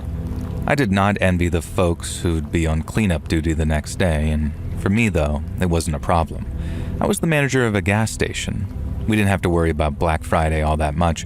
We just had to make sure that we had enough hot dogs on the griddle, nudie magazines on the shelves, and Baja Blast in the cooler and the shotgun loaded behind the counter. It was just me and Bad Charlie, one of my coworkers. He was called Bad Charlie on account of his brain being bad. Now, nowadays, you probably wouldn't call him that, but it's how Bad Charlie, who was a sweetheart, liked to introduce himself. Now, Bad Charlie was mopping the floor, and I was kind of just deliberating over whether it was time to toss the hot dogs onto the roller, and it was. And then an old fella approached me as I was getting the garbage bag to toss away the wieners, and then he says something like, "You tossing them, pal?" So I said yes, and he asked if maybe he could have a few. And so I respond, "Sure, do you want them with buns?" And then he says, "Yeah, that's how you do a hot dog." Now, it was a bit sassy for my taste, but whatever, so I just let him take a few hot dogs, direct him to the condiment station, and then go back to doing some admin on the old Windows ME computer that we had back then. You might remember it. Now, around 10 minutes later, Bad Charlie comes up to me and kind of tugs my sleeve, saying, "Hey, we got a problem." And there's always some problem with Charlie. Usually he saw an adorable mouse and wants to make sure it doesn't get hurt or some nonsense like that. But this time, he had a point. The old guy had made his hot dogs, but created an absolute apocalypse of sauce over at that condiment station. It looked like someone had exploded over there. And considering Bad Charlie had just spent half an hour cleaning up the condiment station, he was a little upset. And so was I, considering that the hot dogs had been a freebie for this old idiot. Now, I assumed that he'd made his mess and long since gone, but it turned out that he was still there, and in fact was storming up to the counter, one hot dog in each hand. "These doggies be some steaming pile of overcooked shiznay," the old man drawled up. And I'm thinking, well, yeah, they were old hot dogs that I was about to throw out, and he asked if he could have them for free. And Bad Charlie was asking me about what he was talking about, and I didn't really care to explain to him. I just told the old guy that if he wasn't happy with his dogs, then he's welcome to provide me with his receipt, and I'll get right on that refund. "Refuse this," he yells, hurling the hot dogs at me. Now, one misses, splattering the "Hang in there" poster in the back, which is a zombie dangling from a noose, and the other dog hits me square in the face, sending the condiments dripping down my cheeks and the wiener landing at my feet. Now, I'm too shook and kind of amused to really react, but Bad Charlie is not. He grabs the old man by the shirt and starts yelling how that ain't very nice and you shouldn't look a gift horse in the mouth. Now, before any drama can unfold, the front door bursts open and some woman rushes in holding an expensive-looking MP3 player in its box. Now, she's yelling that she needs help because she bought the last cheap iPod at the Black Friday sale, and now there are customers after her, and could she please hide out there until they go away? Now, normally I would say yes, but the angry hot dog guy is still present, so I don't really want to seal the gas station with this dude inside, and so Charlie seems to have an idea. He grabs the old man, drags him to the front door, and throws him outside, and then yells something like, "This guy's stolen the lady's iPod, someone help her!" Now, immediately, about 5 or 6 people come running from the direction of that target towards the old hot dog dude. Now, he has no choice but to flee as Charlie locks the door, and we stand and watch as the angry customers chase that dude off without the iPod off into the darkness. I go and clean up, while Charlie explains the situation to the lady with the iPod. She's extremely grateful and explains that she genuinely believed that the other customers intended to do her serious harm if we hadn't directed them away. Part of me felt bad that we'd endangered the old dude with the hot dog, but the part that still had sauce dripping down my face didn't feel too guilty, and that he'd have to outrun an angry mob. It just goes to show that sometimes charity will get you nowhere, and simply achieving good luck will be enough to make people want to hurt you. On the plus side, Bad Charlie had an opportunity to feel like a hero, so things could have been a lot worse. All in all, not the worst Black Friday I've had, but that's a story for another time.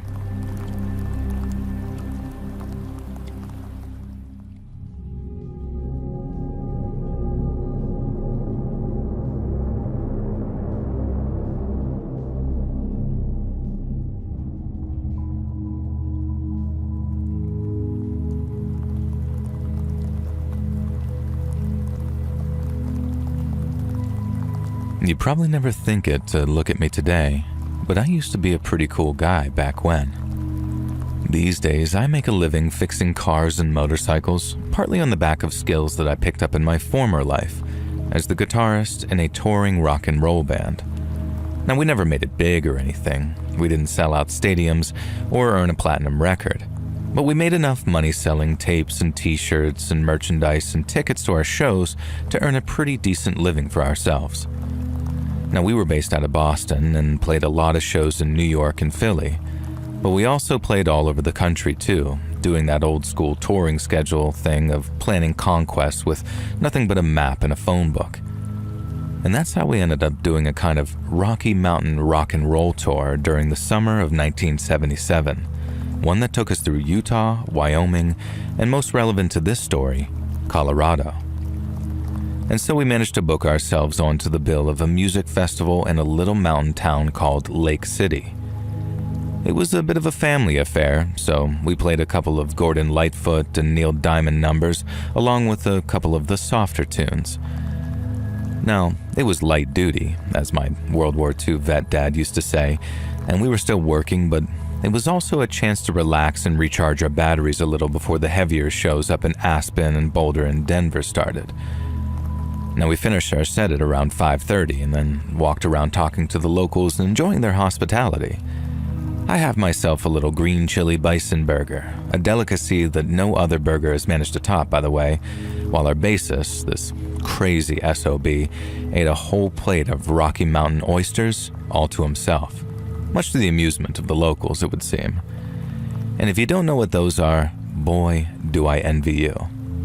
Now, one of the folks we got to talking to was a man named Jed, who was particularly pleased with us thanks to our cover of If You Could Read My Mind, which he said was his and his wife's song. Now, we got to talking about some of the other music we like to play, and at the mention of Black Sabbath and Judas Priest, he joked about us being a band of traveling Satanists. He knew all the panic surrounding metal was bullcrap and remembered when the release of Psycho back in 1960 had folks saying society was quote-unquote going to hell.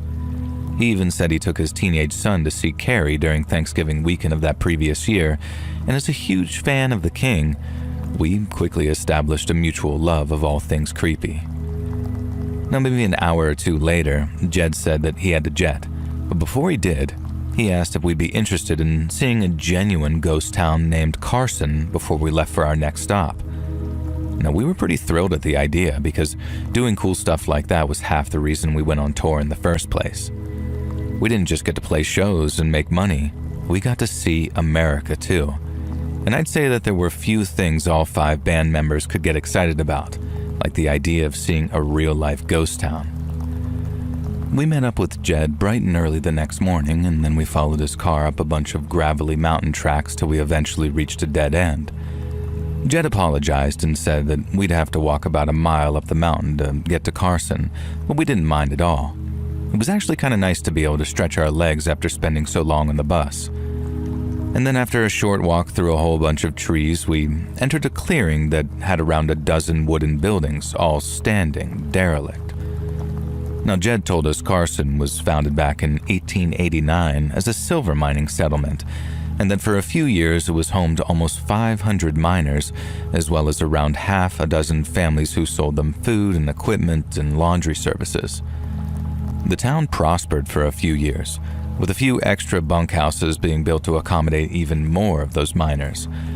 But by 1895, not a single soul remained, and Carson had been completely abandoned. And when we asked what happened, Jed told us that there were 2 explanations, the official one and the unofficial one. The official one had been propagated by the town's owner and financier, who tried selling the land because the silver mine had supposedly run dry. But the unofficial explanation, which Jed says was the God's honest truth, had been passed by word of mouth from generation to generation, and this one was considerably creepier.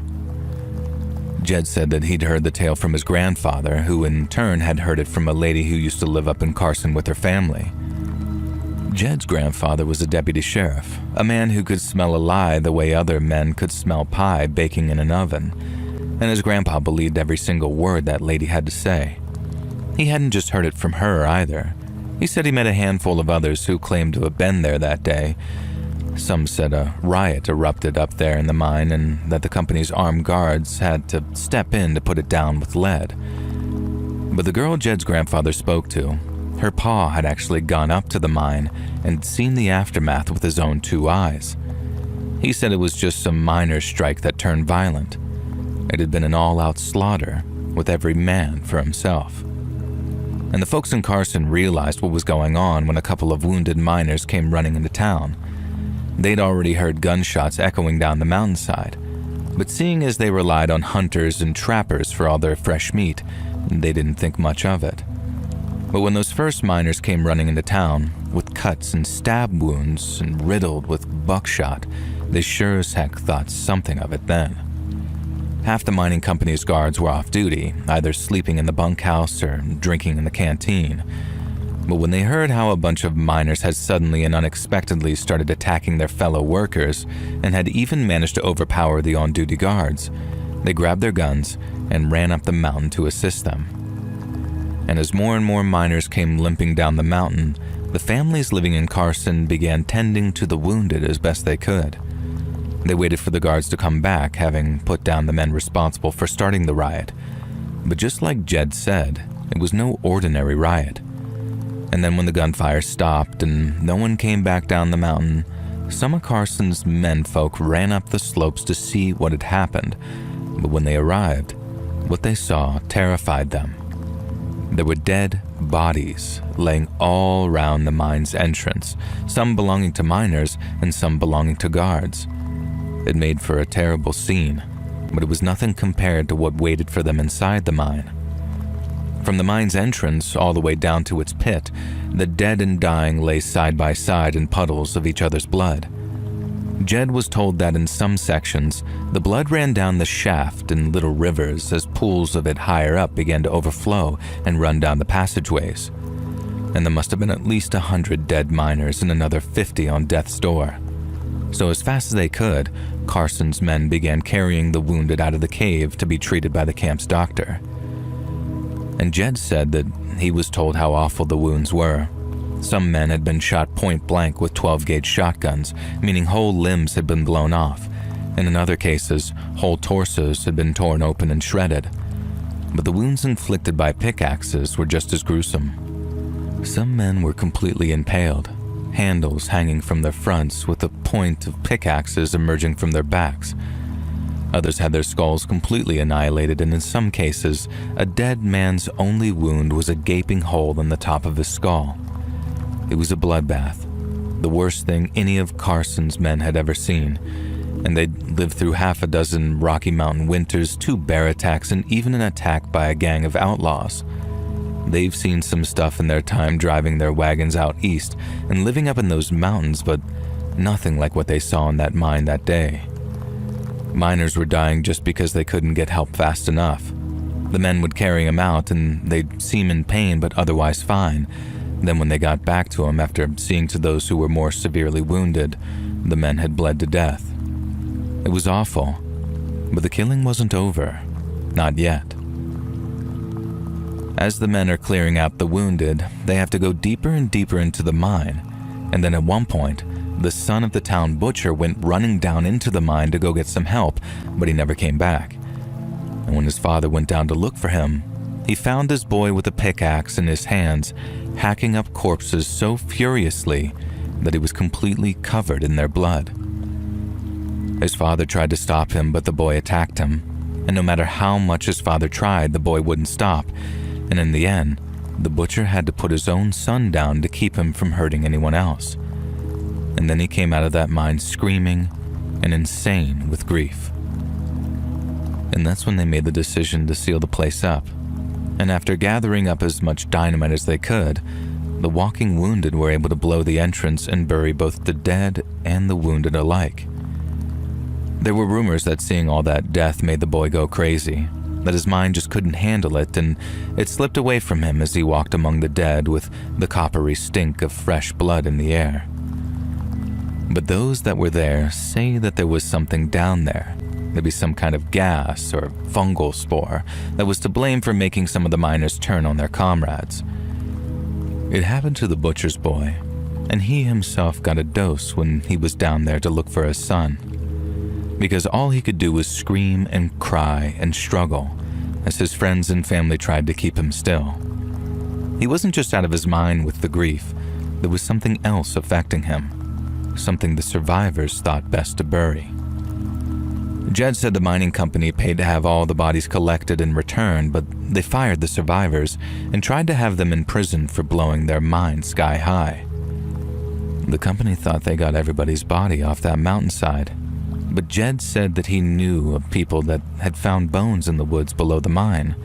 Not animal bones either, human bones. He actually asked if we wanted to go look for ourselves because there was a slim chance that we might even find a souvenir, as he put it. But we told him we were good and had seen all we needed to. If there was anywhere on Earth that was genuinely haunted, it was that old mining town, and we didn't want any of those old ghosts putting a curse on our tour because we'd been dumb enough to go off with some of those bones. And Jed laughed at that, and we did too, but it wasn't entirely a joke, not in my case anyway. We called it quits not long after, and then we're back on the road and headed for Aspen. We had Lake City and Carson in our rear view, but Jed's story stuck with me for the whole rest of the tour. It stuck with me so much that when we got back home, I rented a book from the Boston Library about mining disasters. Now, it made for obviously a terrifying read, and I learned that there's a gas called hydrogen sulfide, and it's something miners called stink damp, which is known to have a narcotic effect in certain doses. It is possible that the men at the mine's deepest point were suddenly exposed to high levels of this stink damp, at which point they lost their minds. And the rest of the massacre could possibly be explained by a kind of herd mentality or collective panic whereby confused and frightened men were gripped by a sort of primal kill or be killed mentality. But the thing I've never been able to figure out is why the guards turned on each other too. Jed said it appeared as if the company guards, the ones who'd been off-duty and stationed in town, had begun attacking each other during the final stages of the massacre. And to me, that suggests something other than narcotic gases were to blame for what had happened. I've often wondered what the real cause was, but there also comes a point where I tell myself to stop thinking about it because the things my imagination starts to dream up can really start to frighten me.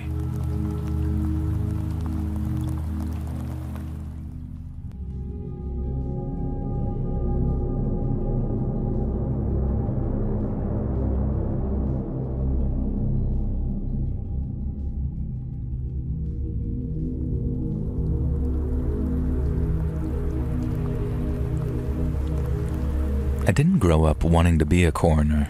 No kid does, I guess, really. I actually wanted to be a doctor, but since I didn't have the grades for medical school and I still wanted to turn my love of anatomy into a career, I decided being a coroner was my best bet. Now, for those that are unaware of what a coroner does, I'll just break it down Barney style. Whenever someone dies, and we aren't super duper sure how they died, it's my job to take a look under the hood, as we say, and figure it out. I used to work in the city, and for quite a while too, but I feel like a man in my line of work can only work in a city for so long before he either quits, moves elsewhere, or loses his mind completely. Me, I decided to move elsewhere, somewhere quiet and calm, which is how I ended up in Polson, Montana. It's a pretty little town on the edge of a bay, and with just 5,000 people living here, it's considerably quieter than my previous home of almost 4 million. Now back there, it wouldn't be out of the ordinary for me to complete 3 or 4 post-mortems in a 24-hour period. Now, I'm lucky if I see maybe 3 or 4 a year. And as you can probably imagine, that suits me just fine considering that I only took a minor salary hit. But then I guess, ironically, it's here that I performed the most memorable autopsy of my entire career. And it's one of those that's memorable for all the wrong reasons and why I sent you the story. Now, one morning, I got a call from a deputy sheriff to tell me that a young girl had passed away. And from the moment I heard his voice, I knew that this one was going to be different. She'd been found the previous night, wandering on the 35 in her bare feet. The driver that spotted her turned around to see if she needed any help, and found a young girl on death's door. She looked terrible, starved and beaten, and was mumbling all kinds of gibberish till she eventually passed out. The driver tried to keep her awake and talking, and Then when he realized that she was probably slipping away, he even tried performing CPR. But unfortunately, the poor thing passed away before the emergency crews could get to her. Naturally, the sheriff's department wanted to know exactly what killed her.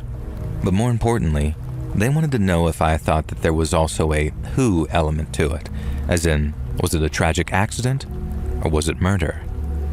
But when the girl's body arrived at my office, I found that there were many more questions to be asked, and some very frightening ones too. And when it came time for the autopsy, the forensic pathologist I work with agreed that he'd never seen anything like it. At 5'7", the girl appeared to be in her late teens or early 20s, but she didn't weigh an ounce over 70 pounds. She was also this very sick shade of yellow, which indicated liver and kidney failure, but that wasn't even the half of it. She'd quite clearly been starved, and her body was so heavily covered in burns and scars that it seemed her abuse had been almost systematic. Like someone had been trying to slowly disfigure her, one patch of flesh at a time. We discovered the girl's eyes had actually been gouged out, and that her finger and toenails appeared to have been completely and deliberately removed. There was also evidence someone had tried to either torture or sterilize her by piercing her abdomen with some hot wires or needles. The technicians collected swabs and samples, and then the pathologist proceeded to cut that old distinctive Y shape into the chest of the deceased. And the effects of her starvation were evidence of the girl's organs, yet bizarrely we found quite a sizable amount of partially digested organic material in her lower digestive tract. Now, this, along with samples of her blood and spinal fluids, was tested at our on-site laboratory, and what our technicians found was truly shocking. The contents of the girl's stomach turned out to be a mix of two very distinct varieties of fungi, fly agaric and the suitably named death cap. Now, the death cap needs no introduction, as I'm sure you know. It does what its name suggests. Some might say that fly agaric is also suitably named because while ingesting it won't make you fly, it does have intense hallucinogenic effects on those who use it. The implications of its presence terrified us. And when it came to writing up the post-mortem, we almost didn't want to believe our own conclusions. Judging from the bruises around her wrists, ankles, and neck, someone had kept the girl prisoner, and the level of starvation suggested this had been for a considerable amount of time. During this period, she had been systemically tortured and maimed by someone exceptionally sadistic. Then, once she was hungry enough to eat just about anything put in front of her, the girl's captor fed her a fatal mix of mushrooms and just let her go. Even if she was still in possession of her sight, we judged the girl was far too weak to have mounted any kind of serious escape attempt. So either something inconceivable occurred and she wandered free from captivity, or her captor deliberately set her free. She spent her final hours wandering through the woods in what must have been complete confusion and unimaginable agony. It was the single most horrifying post-mortem I've ever had the displeasure of overseeing, but it raised the question, just who the hell was evil enough to inflict such an ordeal on an innocent young woman? Once our examination was complete and the final report written up, the girl's body was transported to a local funeral home.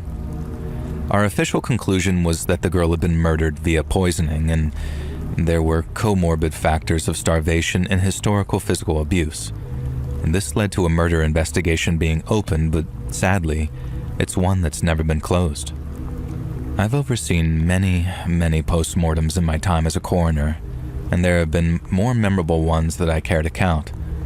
But not one of them haunts me, and I mean truly haunts me like that poor young woman who spent her final few hours on this earth blind, terrified, and wandering around alone in the middle of nowhere.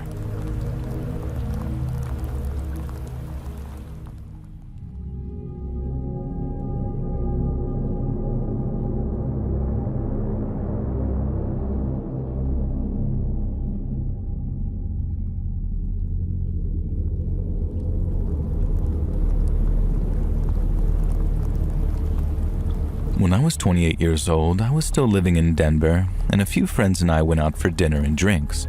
It was fun at first, But as the sun went down and the alcohol started to flow, I realized that I just wasn't feeling it.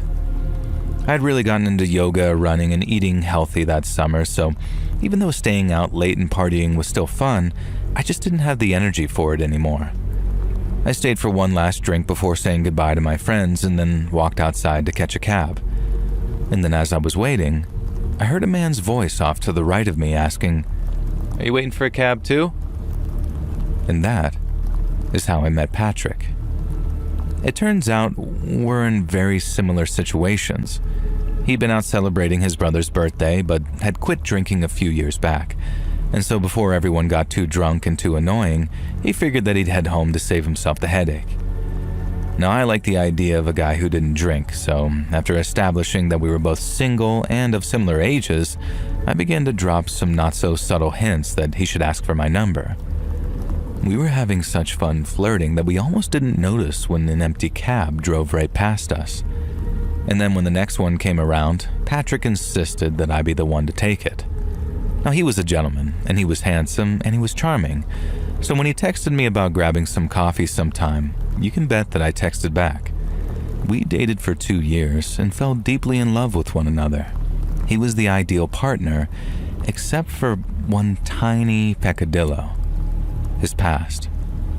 Now, I know in literally any other circumstance, a guy not being frank about his history is a huge red flag, but Patrick wasn't entirely opaque. He talked about high school, he talked about climbing the career ladder in his 20s, and he was willing to be frank about past relationships too. The other thing he wasn't so open about was college. He said his first 2 years were basically non-stop partying, and it got so bad that he had to repeat a few courses during his sophomore year. He talked about falling in with a pretty bad crowd and how he had to cut himself off from them just to get his degree. And I could tell that he was embarrassed, maybe even a little ashamed, so I didn't push him on it. I just liked that he'd changed. And then one day, Patrick asked me to go hiking with him. Now, I was surprised because Patrick was just about the least outdoorsy type of guy you could imagine. He worked out, but he loved the indoor gym that he was a member of, and he was way more interested in gadgets and gizmos than the natural world. So when he asked me if I wanted to go hiking of all things, I was actually kind of stunned, but I was super excited. You see, maybe 6 months prior, we'd been talking about the prospect of getting married and even having children. Not so much with each other, it was just sort of a in general thing. Patrick asked what my ideal proposal location would be, and he gave me examples like the bridge in Central Park or the top of the Eiffel Tower. But after considering it, I decided I'd much rather be proposed to in a place of natural beauty rather than artificial. And I remember he nodded like, "Okay, unconventional, I like it." But I never thought in a million years he'd actually keep it in mind. So that Sunday morning when he asked if I wanted to go hiking up near Golden Gate Park that following weekend, it dawned on me how Patrick might actually be planning on proposing. And I started freaking out in text messages to friends saying that I didn't know if I was ready. Now, I mean, I wanted to marry him. I just didn't know what kind of wife I was going to be or if our relationship would survive the transition from casual to serious commitment. My friends said that I was just overthinking things and that I should just trust that initial gut feeling of excitement. It was true that realizing a proposal was on the cards had made me so very happy. So rather than continue to ruminate, I just simply waited for the date of the hiking trip. And when it came, I just knew that I was going to say yes. Now, the first 2 hours or so was just a dream. My usually outdoorsy, averse boyfriend had put a ton of effort into making sure that he had all the right equipment, and being his typical self, he brought a bunch of cool gadgets along too. Stuff like straws with built-in water filters and solar-powered phone chargers just in case we got it low on battery. And the scenery was beautiful. The weather in the Rockies was great, and as Patrick guided us along the trails towards our mystery destination, I got more and more excited. And before long, he took us up the trail that wound up this very steep slope, and when we got to the top, we found ourselves at a sort of steep earthen cliff that overlooked the forest below. It was an incredible view, and knowing what was coming, I started to get a little emotional. Now, Patrick looked at me, smiling as I wiped away the tears and said, You know what I'm going to ask you, right? And I just laughed and said yes, expecting him to drop to one knee and produce a ring at any moment. But he didn't. Instead, Patrick started explaining how he had brought me all the way out there to propose. There was just something he needed to tell me first. Now, right away, I got nervous and Patrick could sense it. I thought that he'd try and reassure me that it wasn't anything too serious, but he didn't. He just stayed quiet until I'm saying something like, "Well, what is it?" He asked me if I loved him and if I trusted him. But when I answered yes, he didn't seem any more sure of himself. He asked if I could keep a secret, if I could keep the most important secret of his whole life, and again, I said yes. But I was wrong. Patrick began telling me how, during his second year of college, he and his frat buddies went to an off-campus party, some kind of warehouse rave type of deal. And he said this was when he and his friends were on their very worst behavior, drinking like fish and fighting like sailors, and generally causing trouble for anyone and everyone. And then at this party, he starts flirting with this girl and they head off someplace to make out. Patrick said that they made out for a while and then the girl says something like, "Come back inside and dance with me." But after he returned from what passed for a bar, the girl was gone.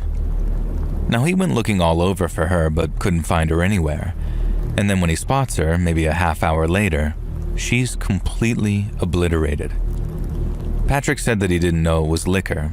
It was something else like roofies, but the girl seemed on the verge of passing out. He tried to get her back to the frat house, but when she was just about conscious enough to object, Patrick didn't want to go home empty-handed, shall we say. He did look and sound like he was ashamed of himself as he said it, but Patrick admitted to taking this semi-conscious girl to some dark corner of the warehouse compound and doing stuff to her. And I guess the look of disgust on my face was plain to see because he frantically added that this was the single biggest regret of his entire life, and he explained how he wasn't that guy anymore, how it made him afraid to have daughters knowing certain kinds of men harbor some predatory instincts. And he said it was a long time ago, that he'd lived with the regret ever since, and I thought that was it. And it was only after a minute or two of just sort of processing it that I asked if he'd ever tried to find the girl and make amends for what he'd done. And that's when I realized that this story wasn't over.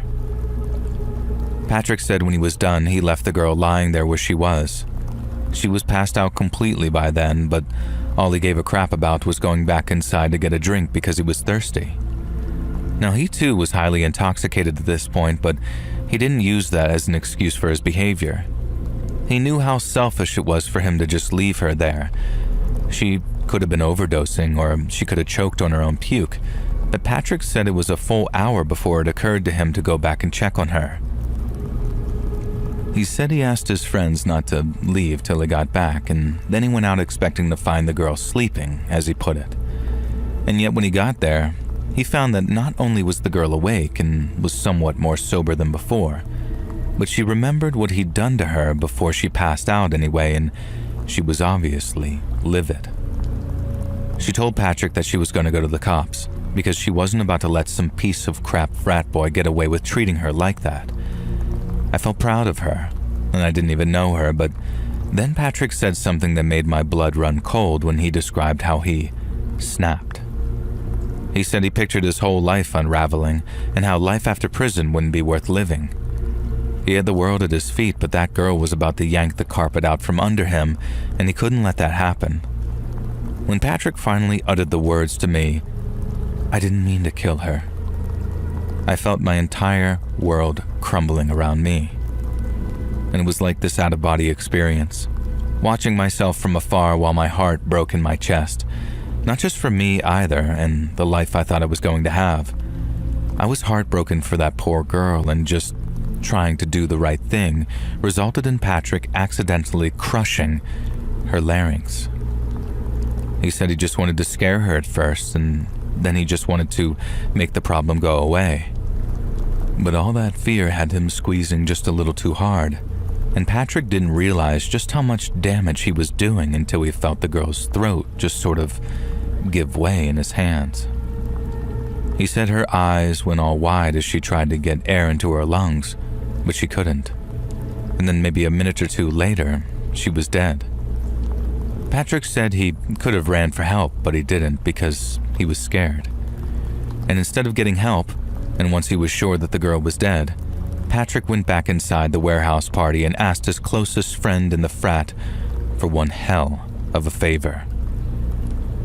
It was one he granted, and then over the next couple of hours they managed to hide the girl's body someplace no one would ever find it. Patrick never said exactly where, but he kinda hinted it was some kind of state park or forest, at which point it suddenly made sense why he hated the idea of hiking.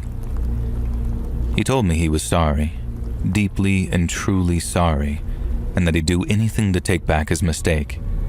But it was also a mistake committed by his old self, his younger self, and he didn't think that it was one his new self had to pay for.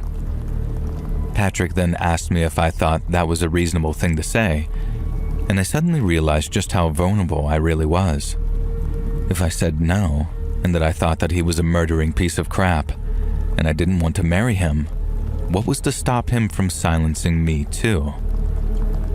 He could just shove me down the steep slope and then bash my head in at the bottom to finish me off, and no one might ever find me. I'd end up just like that girl, on a missing poster with my family wondering what the hell had happened to me, but deep down, knowing that I was gone. I knew I couldn't reject him. I knew I had to at least act like I understood. And so I underwent one of the most painfully surreal experiences of my entire life, and I pretended to be the fiancé of a murderer, someone who violates people. And I told him I agreed, that the new him shouldn't have to pay for his old crimes. I told him I wasn't about to let one shot at happiness slip through my fingers because some skank decided to run her mouth. I'm ashamed to say that I said that, but it's true. I'd have said just about anything to get out of that forest alive because I figured what I planned on really doing would justify it. I leaned into the morbid curiosity that I felt and asked if he was scared that the girl's body would end up being found and, more importantly, what was going to happen to us if he ended up getting caught. Colorado had the death penalty at the time, so as Patrick said, if he got caught, it was over for us. And then we talked about the prospect of dating again after one of us passes away. Like I said, it was surreal in the extreme, but, and this is probably going to sound insane, I felt safe with him. I thought I had him. I thought I tricked him. And then after our hike was done and we walked back to his car, I felt this rush of almost victory knowing that I'd survived. And all I had to do to ensure my continual survival was to sort of keep the act up till I could get home and call the cops. But before I could do that, all the pretending I'd done resulted in a state of almost complete nervous collapse. After getting home, I think I cried for a straight hour, and then I called my mom and cried for another hour on top of that. It was probably the worst day of my life, hands down, in terms of catastrophic mental trauma, but then once I was done crying, I'd pulled myself together and hung up on Mom and then called 911. I packed an overnight bag as I waited for them to arrive because I planned on staying with my mom for the foreseeable future after Patrick got arrested. Now, I was scared that they'd maybe let him go for some reason, be it lack of evidence or him getting bail or whatever, but it turned out that I didn't have to worry about anything like that because when the cops showed up at his place looking to talk with him, he was nowhere to be found. I talked to the Denver PD a lot in the weeks that followed, but I also ended up getting a call from 2 detectives in Arizona where Patrick went to college. They were very interested in his story because the location of the murder, along with the timing of the girl's disposal, made it easier to figure out where to look.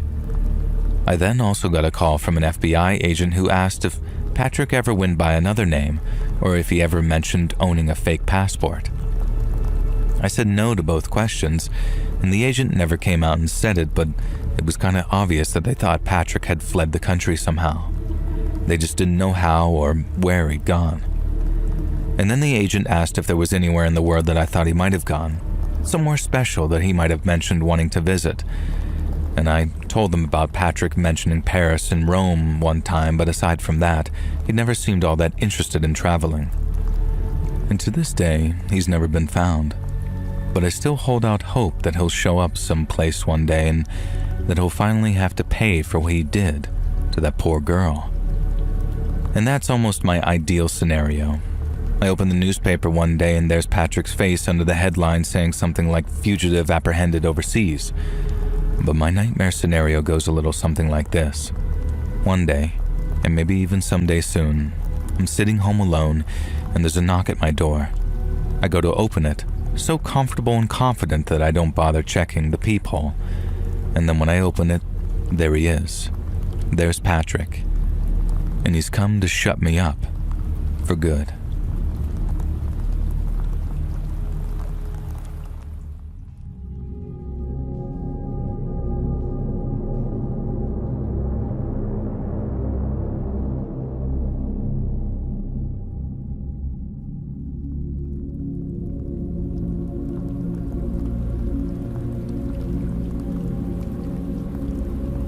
You might find this a very unusual submission, but I think it's one that you and your viewers might enjoy, and while I'd prefer to remain anonymous, I can assure you that it's actually genuine. Now, without giving you my entire life story, I grew up in the United Kingdom, but my parents are Greek and Iranian. They met in London after emigrating, worked hard to make a life for themselves, and then had me. They pushed me to do well in school, consoled me when my attempts to become a footballer failed, and then were pleased as punch when I was accepted into Oxford University to study Greco-Persian history. Dad liked the idea of me staying in academia. Mom agreed, but thought that I should study medicine. Yet not long after I graduated, I got a letter from an institution known as the Government Communications Headquarters, who invited me to attend a job interview. Now, to the untrained ear, Government Communications HQ might sound rather boring, but let me assure you, it is not. That's because GCHQ is responsible for providing signals and intelligence to the government and armed forces of the United Kingdom. It was first established after the First World War, then during the Second, it worked on breaking German Enigma codes out of Bletchley Park in Buckinghamshire. Now, getting hired by them didn't make me some glorified IT guy. It made me, for all intents and purposes, a spy. And I later found out that I'd been headhunted by the recruitment team while I was at university, partially because of my academic and sporting performance, but mainly for my language skills. I spoke a little bit of Greek, but my mom's side of the family were very involved when I was a kid, so while I wasn't completely fluent in Farsi, I knew much more than most about Persian language and culture and could easily pass as Iranian. And this made me an ideal candidate to spy on the Islamic Republic.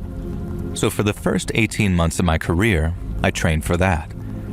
But then, on a sunny afternoon, UK time, in September of 2001, 19 hijackers changed the course of history, as you know. And after the towers fell, and W told New York how the world was about to hear them, my department's focus shifted from Iran to Afghanistan. But seeing as the two countries have very similar languages, in Dari and Farsi, it made me a highly rated asset, and one that was itching to be deployed. Now, less than 2 weeks after the attacks, I was sitting in a briefing room going over the details of the assignment that I'd been given. London to Cyprus, Cyprus to Turkmenistan, and then from there, I'd transformed myself from a British civil servant to an Iranian journalist before taking a taxi over the border into Afghanistan. Now, my destination was the ancient city of Herat, where I'd gather intelligence on Taliban morale and troop numbers prior to what was undoubtedly going to be an American-led invasion.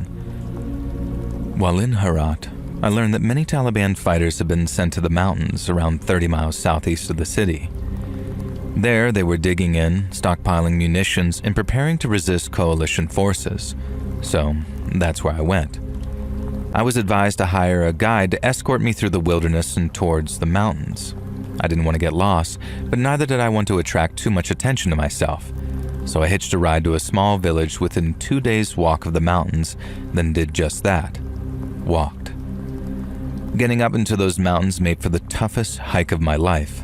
Then following one particularly grueling climb, I was relieved to see a gently sloping valley that led deeper into the mountains. It was beautiful in its way, like a little slice of Shangri-La. But as I looked around, I suddenly spotted two men standing on a ridge some distance behind me. They were little more than specks all the way up there, but I could tell that they were watching me, and I remember thinking to myself, I'd be in a terrible spot of bother if one of those chaps had a rifle. As I walked further and further away from them, and the valley stayed nice and quiet, I started to relax. I started thinking that they were just two curious shepherds. But no sooner had that thought entered my head, the first bullet struck the rocks about 50 meters away from me. It was terrifying, impossible to put words into in a way, and I've never felt anything like it. There was nothing ahead of me but open ground, so all I could do was run as fast as I could and hope the gunman was just some goon with an AK and not an expert marksman, because if he was, I was dead. And the first bullet landed about 50 meters away in a spray of dust and gravel, but when the second hit, it was even closer. It landed no more than 20 meters ahead of me after whizzing over my head. And the next was closer still, landing just within arm's reach. But by then, I had made it to a grouping of large rocks that I could bound between to put something solid between me and those bullets. And eventually I was faced with a stretch of open ground leading up to a gentle ridge, and I waited to see if another shot came, and then when I was met with only silence, I ran for the ridge, praying the gunman had given up and wasn't just reloading. But no more bullets were fired. It was a relief to be on the other side of the ridge, knowing I was totally out of sight, but I knew that I still wasn't safe. The gunman and his pal could be pursuing me, or there could be additional assailants waiting ahead. And with no choice, I pushed on as fast as I could until I suddenly spotted a plume of smoke rising in the distance. It wasn't until I got much closer that I realized that it was a tea house, and that was another huge relief, because with the sun beginning to set, it was an ideal place to bed down for the night. Most Afghan tea houses serve tea and simple meals, but many feature side rooms or second floors that function as guest houses. Guests are packed into one large room with nothing but a mat to sleep on, so it's not exactly the Ritz, but they serve as a wholesome shelter for travelers during the longer, colder nights and when the passes are blocked by winter snows. I drew some stairs after making my way inside, but after the owner rather loudly asked where I was from, my cover story seemed to lessen the tension. There was a clear interest in me, but I was left to eat and drink in peace. After a few hours of nursing cups of tea and talking with fellow travelers, I approached the tea house's owner regarding accommodation for the night. I was directed to a back room where, just as I expected, several other men sat on their sleeping mats, which were placed around the room. The walls were bare, the floor was covered in a mosaic of carpets, and there was a large silver tea set in the middle of the room. But what really grabbed my attention was the Kalashnikov that sat in one man's lap. Some of the men seemed to recognize me from the tea house's main room and greeted me before telling the others who I was, or rather, who I wasn't. I ran with my cover and began asking their thoughts on Al-Qaeda, the United States, Osama bin Laden, while writing notes in Farsi shorthand on a notepad. They bought my story wholesale, and in line with Afghan hospitality customs, they promised to do their utmost to look after me during my stay. But then, after one of them asked me how my stay in Afghanistan had been, I couldn't help but mention the unfortunate shooting incident which had occurred earlier that day. Some of the men tutted and shook their heads, muttering "Badmashi," which means like criminals or gangsters. But as I described how the distant shots had come out of nowhere and I'd rushed forward into cover, I noticed the man with the gun shared a very sheepish look with another man sitting next to him. The Afghans pride themselves on being good hosts, so I initially confused the look with one of embarrassment. But when I finished my story, you can imagine my shock when the man with a rifle basically said, "Sorry, that was me." He did it in a very long-winded, very Afghan way, with a "I shot at someone today, but it couldn't have been you," becoming "It might have been you," and ending with "It was probably you, and I'm sorry." And to understand how surreal this was for me, you have to understand the manner in which this man was apologizing to me.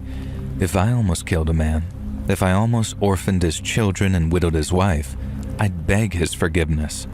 Not just because he could quite easily have me imprisoned, but because I'd have robbed him of his most precious possession, his life. But that is a very Western mindset because there are places in the world where human life is not nearly so highly valuable.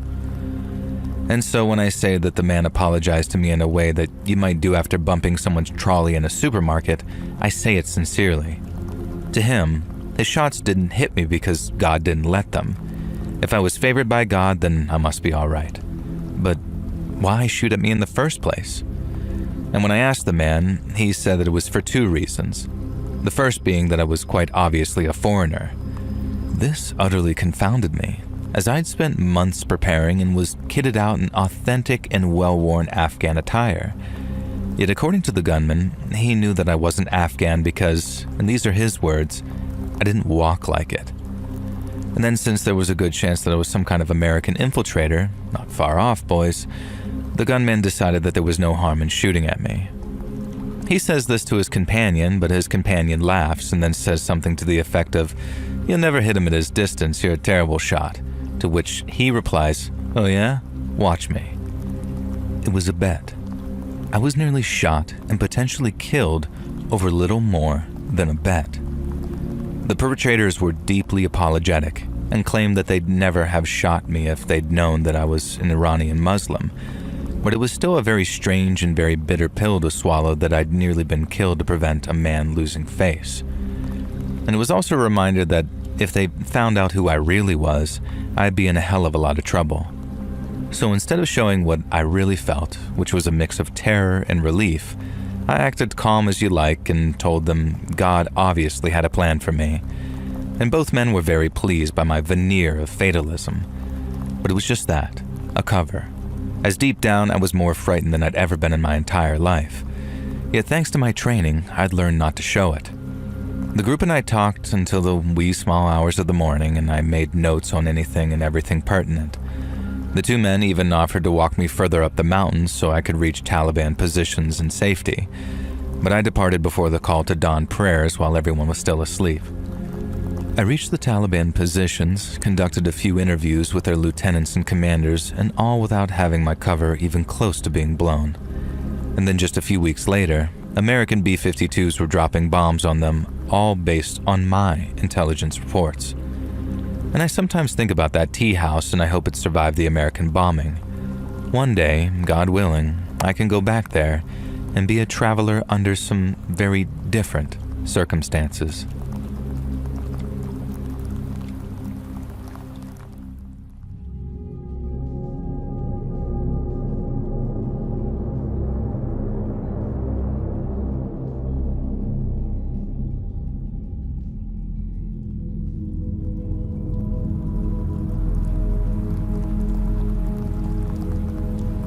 For almost 2 decades now, I've worked as a helicopter pilot for Utah's Department of Public Safety.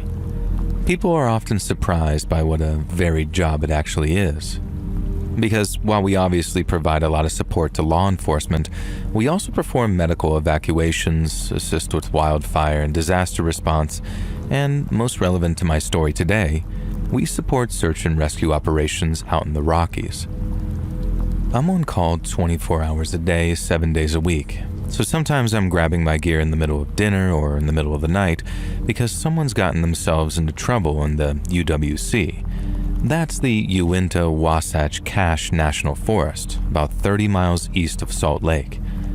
Most of the time the calls come from hikers or climbers who get lost or hurt in the mountains, or sometimes we get skiers caught in avalanches during winter. But then other times, I find myself flying into situations that are much more unsettling than just a lost hiker or stranded skier. And the bird I fly most is the Airbus H-125, a single-engine helicopter that's ideal for flying through the Rockies.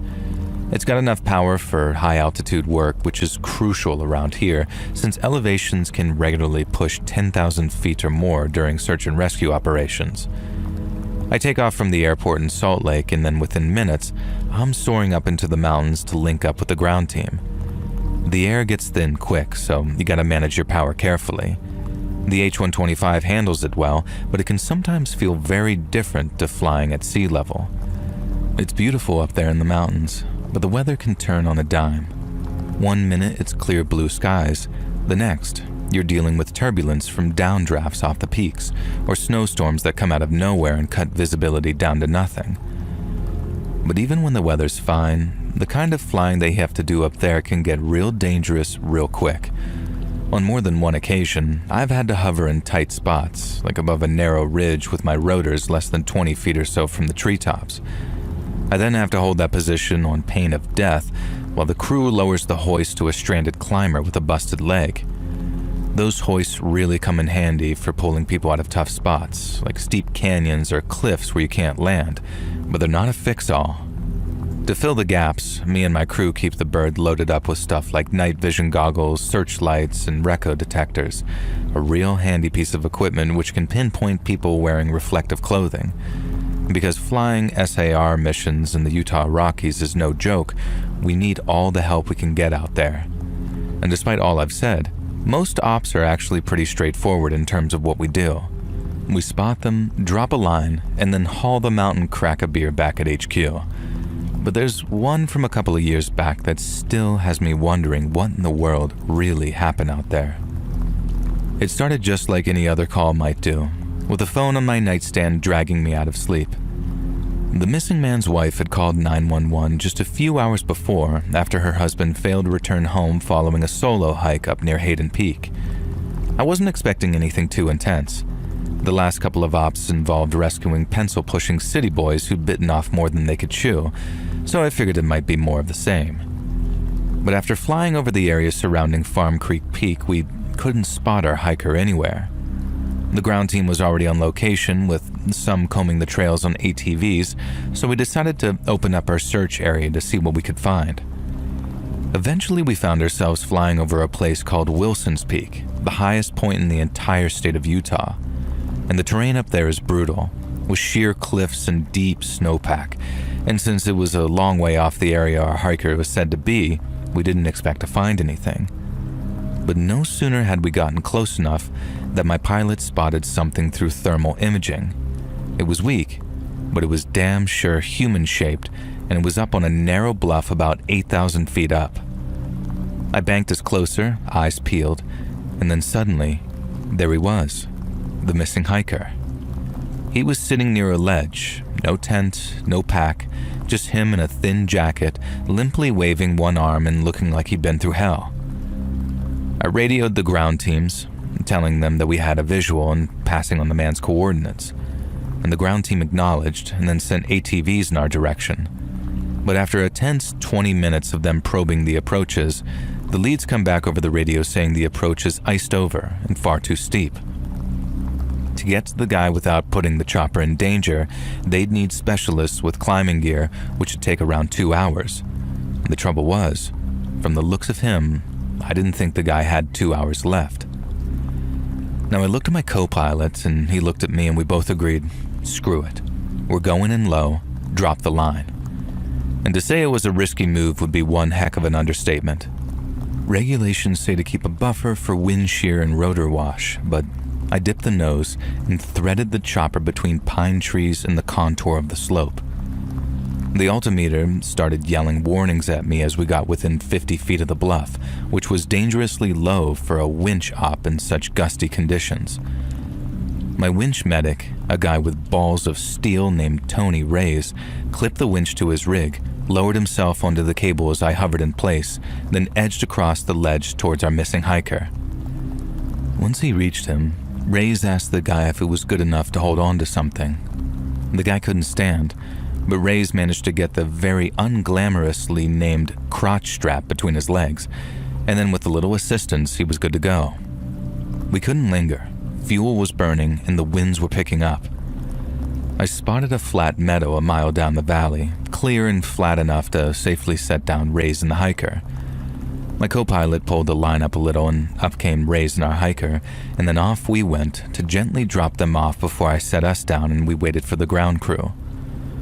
Once our rotors were still, myself and my co-pilot hopped out to go check on the hiker. We found him propped up against a log, wrapped in foil blankets, while Ray set up an IV, but something was off. Our hiker had been missing for less than 24 hours, but he looked gaunt, like he hadn't eaten in days, and he was dehydrated to the point that his tongue was a little swollen and he had trouble speaking. Even stranger, the guy couldn't seem to remember his own name. Not at first, anyway.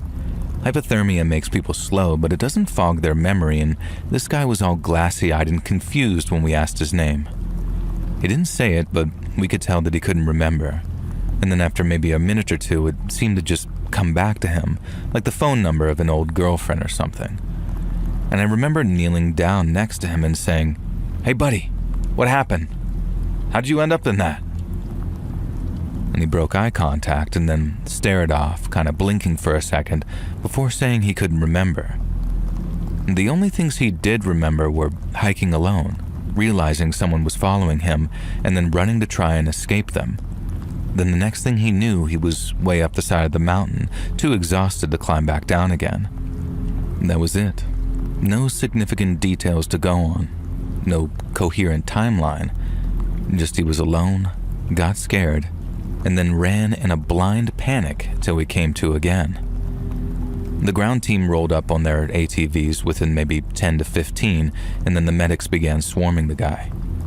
We waited for Reyes to finish talking to the ground team lead, hoping that the guy would get more talkative as he warmed up. But he didn't.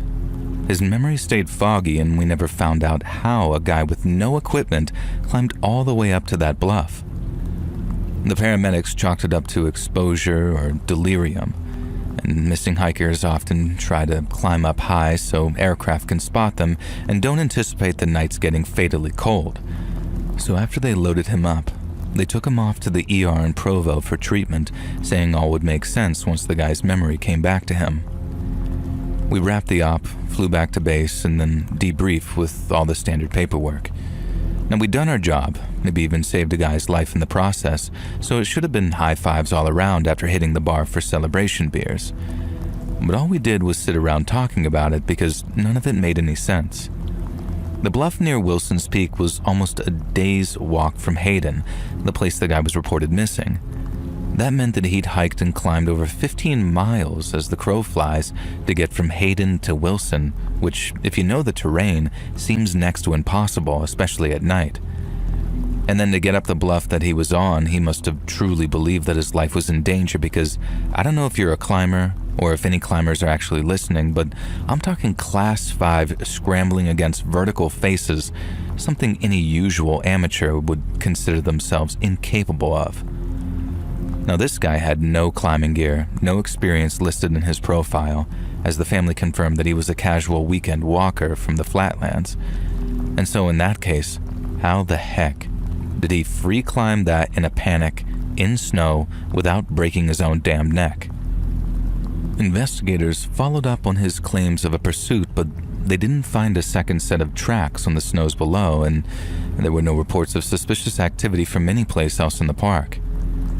The guy recovered physically and was happily reunited with his wife and kids following a brief stay in the hospital, but his memories stayed like Swiss cheese. The last thing he recalled clearly was realizing that he was being followed, and then apart from a few flashes of running, climbing, and fearing for his life, it was all dark patches. In the years since, I must have gone it over in my head maybe 100 times already, and I wonder what spooked the guy so bad that he actually turned into a damn mountain goat. And the only thing that really tracks is a bear. A big old black bear standing on 2 legs, which might have started chasing him on 4, and that's the only sight that I could figure would trigger that kind of primal fear, in which case it could have been a mama bear just taking care of her cubs. But then what if it wasn't? What if it really was a man out there lurking among the trees and waiting for some hapless hiker to come along so he could hunt them through the trees? I mean, let me know what you think, but both are scary in their own way. But it still doesn't explain the distances involved or how our hiker climbed up that bluff. And it kills me thinking I'll never find out, and it will forever remain a mystery.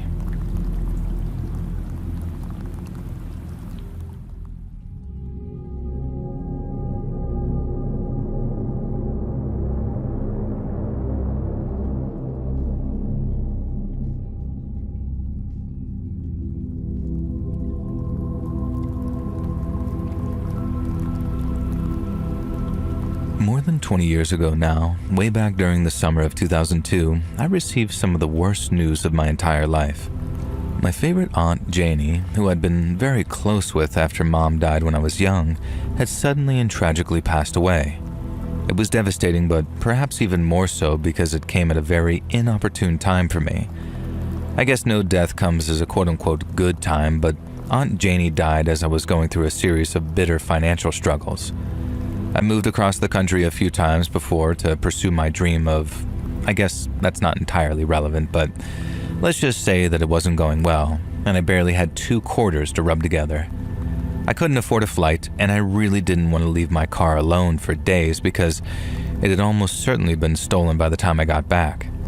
And so, not wanting to miss the funeral for fear of forever regretting it, I decided that I was going to drive almost 3,000 miles from Newark, New Jersey to my hometown of Sacramento, California.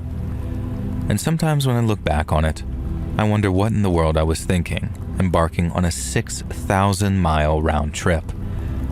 But at the time, it made perfect sense. I hated living in Newark so bad that I'd have done anything to get away for a while.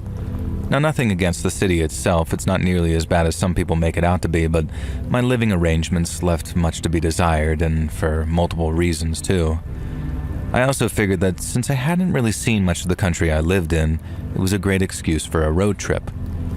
Then, and this is probably the craziest part, I figured that I might buy an RV while back in California, assuming that I got some inheritance money, and I'd drive that back to Jersey instead.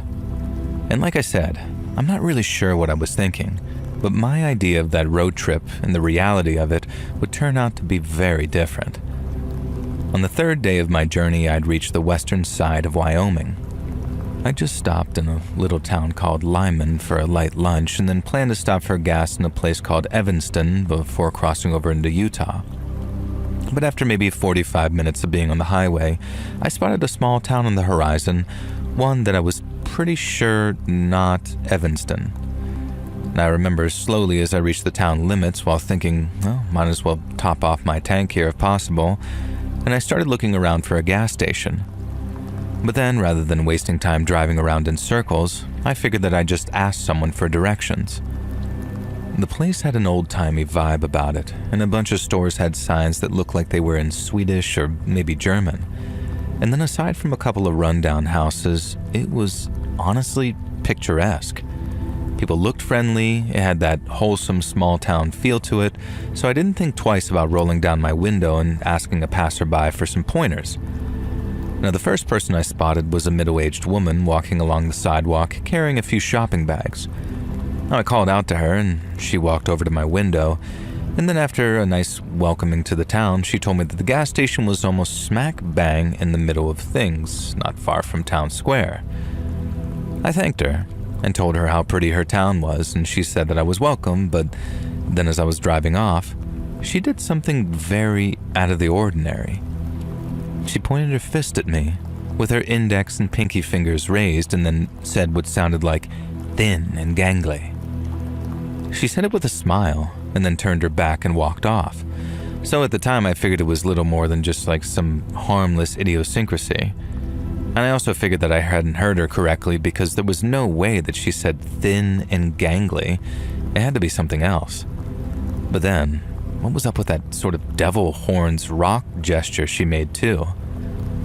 And as I drove toward the town square, I figured that I was probably just overthinking things. Maybe she had arthritis and couldn't make a whole fist while pointing. And then, whatever she said, the smile on her face suggested it probably wasn't mean or rude or whatever. And so with that in mind, I continued on towards the town square and the gas station. When I arrived, the gas station's pumps looked like they were from the 60s, and a smiling attendant had to walk out from the station to give me advice on how to use them. He was friendly about it, but he clearly took a great deal of amusement in seeing a millennial like me struggling to use something so outdated. Now, once I was done, I walked inside to pay him. I made a little small talk as I took my change, realizing that I hadn't seen any signage outside of town, so I didn't know what it was called. And the guy kind of chuckled, shook his head, and said, "Damned kids." But he never mentioned the town's name as he went back to reading his paper. I figured he probably wasn't the conversational type, so I just thanked him and turned and began walking back to my car. But as I did, I heard that weird phrase spoken a second time. Now from behind me, I thought I heard the attendant say, "From thin and gangly." And he said it in the same way as you'd tell someone, "See you later." Now, I then said back, "Sorry, what did you say?" But not in a sort of confrontational or demanding way. I was just sure to stay as courteous as I could. But instead of explaining himself, the guy simply said it a second time. Only that time, he said it so slowly that I could hear exactly what he was saying. "Von hinnen gangen." He didn't just repeat himself, though. He said it aggressively, almost like it was a warning. And if it was a warning, it was one that I didn't need to be given twice. I walked straight back out to my car, intent on getting the hell out of town. Something weird was going on, and I suddenly felt very unwelcome. When I stopped at some lights at the edge of the town square, I noticed someone gesturing to me from the sidewalk off to my left. He was waving gently and had a smile on his face, but by then I was so wary that I wasn't convinced his intentions were pure. I waved back cautiously, and then he started moving his fist in a circle as if to say, "Roll your window down." I didn't roll it down completely. Like I said, I was still kind of wary, but as soon as he saw the gap in the glass, he started pointing at me with his index and pinky finger, just like that lady did before yelling out, "Von hinnen gangen." I rolled my window up again, wondering what the hell I was thinking and rolling it down a little. The lights were still on red, so I had to just sit there and keep calm till they turned green. But in the meantime, the guy kept on yelling that weird phrase at me as loud as he could, and that wasn't even the weirdest part. There were people walking past him, a lot of them too, but they were either completely ignoring the guy, like he was sort of invisible or something, or they just sort of looked on and smiled at his outbursts, while some of them were even laughing to themselves as they passed. I was actually kind of dumbstruck for a second, so as the guy yelling started walking towards my window, all I could do was watch him and wonder if he was crazy or if something else was happening, something I couldn't explain so easily. But when he slammed his fist into my window, I was dragged out of that dumbstruck stupor. I began yelling at him to get the hell away from my car, but as I did, the car behind started honking since the lights had turned green. I just drove. And I'd have broken the speed limit if I wasn't certain that I'd end up getting pulled over by some weird cop who'd do who knows what, probably after yelling that weird phrase at me. And I know that's probably what you're thinking at this point. Like, why not call the cops or drive to the town's sheriff's office or police department? Well, to put it straight and simple, I was terrified. The last thing I wanted to do was hang out in a place that was just so bizarrely hostile, so I tried to flee. And so after I saw the light had turned green, I put my foot down, staying within the speed limit of course, and tried making my way to the town's western limits. I was still shaken by the guy attacking my car, but my escape was going well, so I was able to stay calm. But then as I was confident that I was going the right way, 2 teenage boys jumped out in front of my car so suddenly that I had to slam on the brakes. I yelled at them to get the hell out of the street, but then I'm pretty sure you can guess what they did next. Yeah, they pointed their fists at me in that same devil horn style salute, and then they each began yelling "Von hinnen gangen." Not quite in unison, but very loudly. I remember screaming in frustration as I backed up and tried to drive around them, but then they moved aside and blocked me again. I yelled at them for a second time to move out of the way, but they just kept on yelling those damned words at me with these big crap-eating grins on their faces. I knew I'd have to turn around and find another way out of town. I just couldn't run those boys over either. I wanted to, don't get me wrong, but you see my point. But then as I looked behind me to check if the street was clear, I saw a third boy running at my driver's side window, and he's carrying this big old stick in his hands. I knew what he was about to do with it, so I did my best to speed up my attempts to turn around. But I was too slow, and he was too quick. But he wasn't just quick. That kid was strong too, because when he sent that stick smashing into my window, it caused the glass to actually crack in a spiderweb pattern. Now I screamed, and the boys laughed, and then honestly I didn't try to run them over, but they were forced to duck out of the way as I put my car into drive and put my foot down again. They didn't just quit it either. They chased my car, running as fast as they could until I reached the town limits. and I kept looking up into my rear view, watching them run right down the middle of the street. A couple of grown-ups were walking around, but they didn't seem to pay any attention at all to those boys as they ran screaming behind my car. I distinctly remember yelling, "What the F is wrong with this town?" as I finally hit the open highway, trying desperately to stop from breaking down completely. And I think I lasted about 5 or 6 miles tops before I pulled over to the side of the road and burst into tears. It took a while before I was calm enough to drive again, but then I got back on the highway and I realized that I wasn't where I thought I was. It took a while to actually orientate myself, but when I did, I managed to get back on the road to Evanston. When I arrived about an hour later, I stopped and checked a map to see where the sheriff or police department was. I didn't want to ask any more strangers, I didn't want to risk it. I drove to the police department, and then after arranging to talk with an officer, he led me to some kind of interview room where I told him the whole story. I actually tried to omit the little detail about them shouting weird phrases at me because I knew that would just make me sound crazy. But even so, the way I described the town and the way its people acted towards me, it had the officer raising his eyebrows on more than one occasion. When I was done, and I was practically begging him to do something, he asked if I was okay to wait for a while because he needed to go talk to the chief.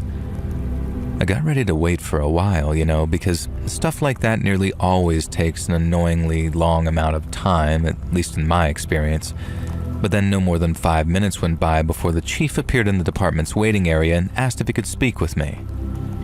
Now, I could tell just from the way he greeted me that it wasn't going to be good news, but hearing it was surreal to say the least. The chief said I wasn't the first person to fall afoul to what he called Germantown, and I probably wouldn't be the last either, because hating and shunning outsiders was practically a proud old tradition over there. And I told him about the weird phrase they'd been yelling, the von hinnen gangen, which turned out to be some sort of archaic German way of saying, "get the hell out of here," as well as the attacks. The chief said that I was lucky not to get worse, because he'd known folks to need medical treatment after accidentally driving through there. Germantown wasn't the place's actual name, its occupants called it something else. But the whole being mean to outsiders thing started way back in the 1800s, I guess, after someone brought some plague into the town. They were already super old school religious and had a lot of superstitions, so after that it became tradition to just sort of shoo away outsiders. I asked if it had happened before, and worse too. Why hadn't anything been done about it? I thought the answer would be a complicated one, but it wasn't. Because all it boiled down to was a small town banding together and putting up a wall of silence. The most the county had ever been able to pin on anyone was a disorderly conduct charge, because local law enforcement essentially refused to do anything about crimes perpetrated on outsiders. I could try to gather evidence for litigation, but without witnesses, there wasn't a case. And so according to the police chief there, the best thing that I could do for myself was to get in my car, keep on driving to wherever I was going, and just try to forget it ever happened. Now anything else would only bring on more trouble. And I couldn't believe what I was hearing. I mean, call me naive, but I thought that there was a common law in this country that meant that people couldn't just get away with stuff like that. But obviously I was wrong. The chief said everyone in Evanston always avoided Germantown like the plague, or if they did drive through it, they made damned sure not to do so with a low gas gauge, and they never, ever stopped. Now, I made it to my aunt's funeral, but I never did buy that RV. I ended up flying back to Newark, grabbing my things, and then flying back to Sacramento to live with my dad. There's a whole other story to that, but let's just say that what I experienced in Germantown had me reassessing what was important in life. We kind of normalize cities as being dangerous places, or just accept certain neighborhoods or streets being tantamount to a sort of no-go zone. And I guess I didn't realize that that same thing applies to small towns, in the middle of nowhere, too.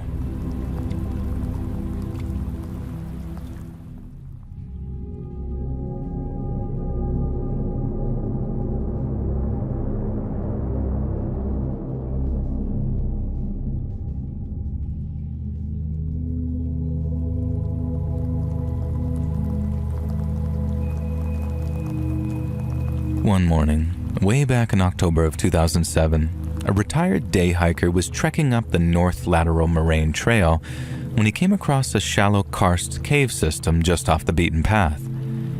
He claimed to have interest in what he called pioneer relics, things like rusted tin cans and shattered crockery left behind from the old covered wagons which used to snake through the front range. And so he made a habit of shining his flashlight into the darkness and looking around for old artifacts. But what he found that day was no antique. He found bones, human bones, and said that they were scattered around the cave floor and looked old, bleached, and white. And he thought that they were just animal bones at first, but then he found the skull.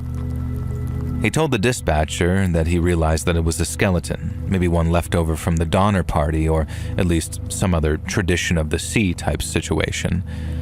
And he said they looked 100 years old, but he was wrong.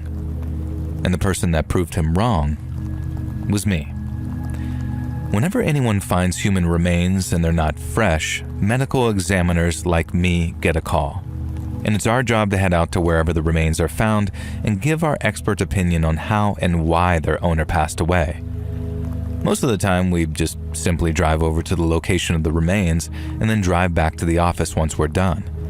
But on this occasion, since the remains were found way up in the Rockies, we were flying in by helicopter. We arrived around midday. Myself, a tech from the CBI lab in Greenlee, a photographer from the coroner's office, and a couple of rangers from the Park Service to keep the area secure. It took a while, but we eventually found the cave the hiker had referred to, which was more like a crack in the granite.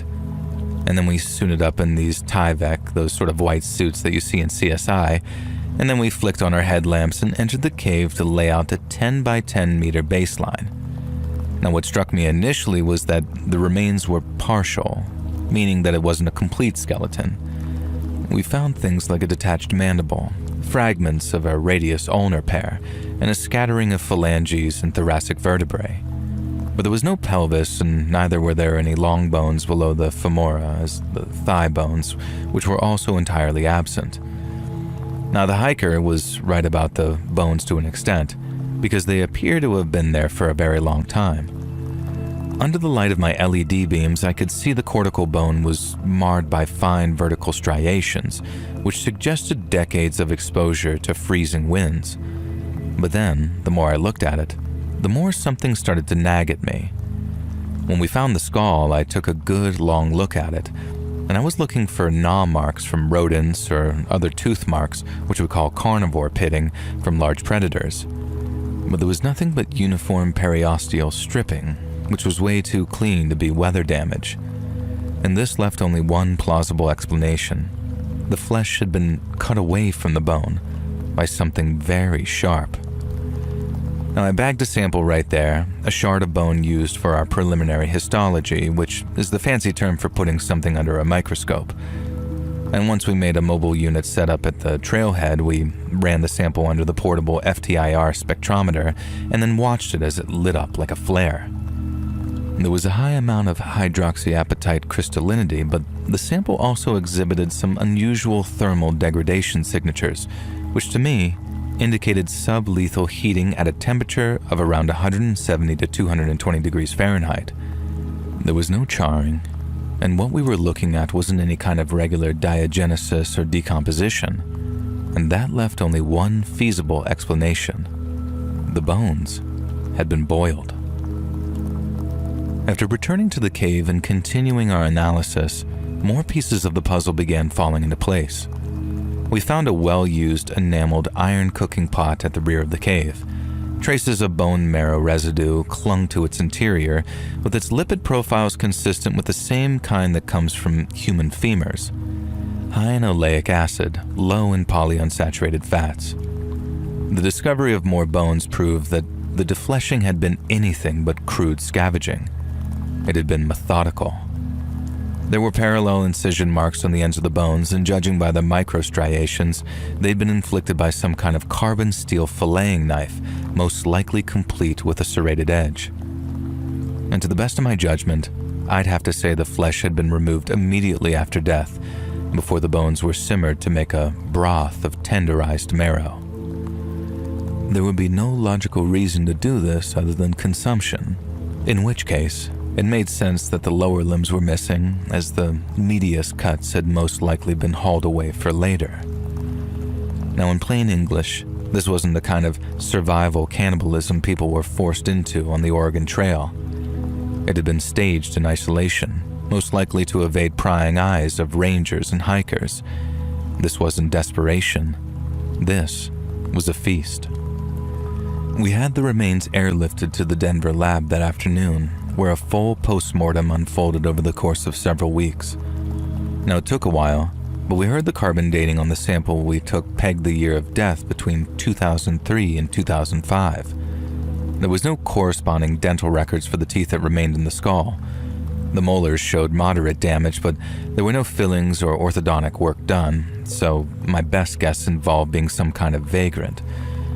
Now, we extracted some degraded DNA and then ran it through the state's database, as well as CODIS, the FBI's combined DNA index system, and we got 0 hits. There were no familial matches, no cold case crossovers, nothing. And in terms of where the victim was from, enamel analysis hinted at a Midwestern upbringing. But in contrast to my theory that this person was a vagrant, the only thing that came up in the toxicology reports were trace caffeine metabolites. There was no indication of a struggle, no restraint artifacts on the wrists. Cause of death was most likely asphyxiation or blunt force, executed elsewhere, then transported to the karst cave for what I guess you might call the harvest. The case files have been archived for more than 6 years now, gathering digital dust in the Colorado Bureau of Investigation's unsolved ledger. Now, the killer, who was most likely male considering the brute force required to do what he did, clean slipped the noose, so to speak, meaning somewhere out there in the sprawl of flyover country, or maybe in some tiny mountain town, there's a murderer and a cannibal breathing free air. I used to imagine it sometimes, his pot bubbling over with bone broth as he packaged up the better cuts. I can't forget it, and I know I never will. Because in this line of work, some fractures never heal.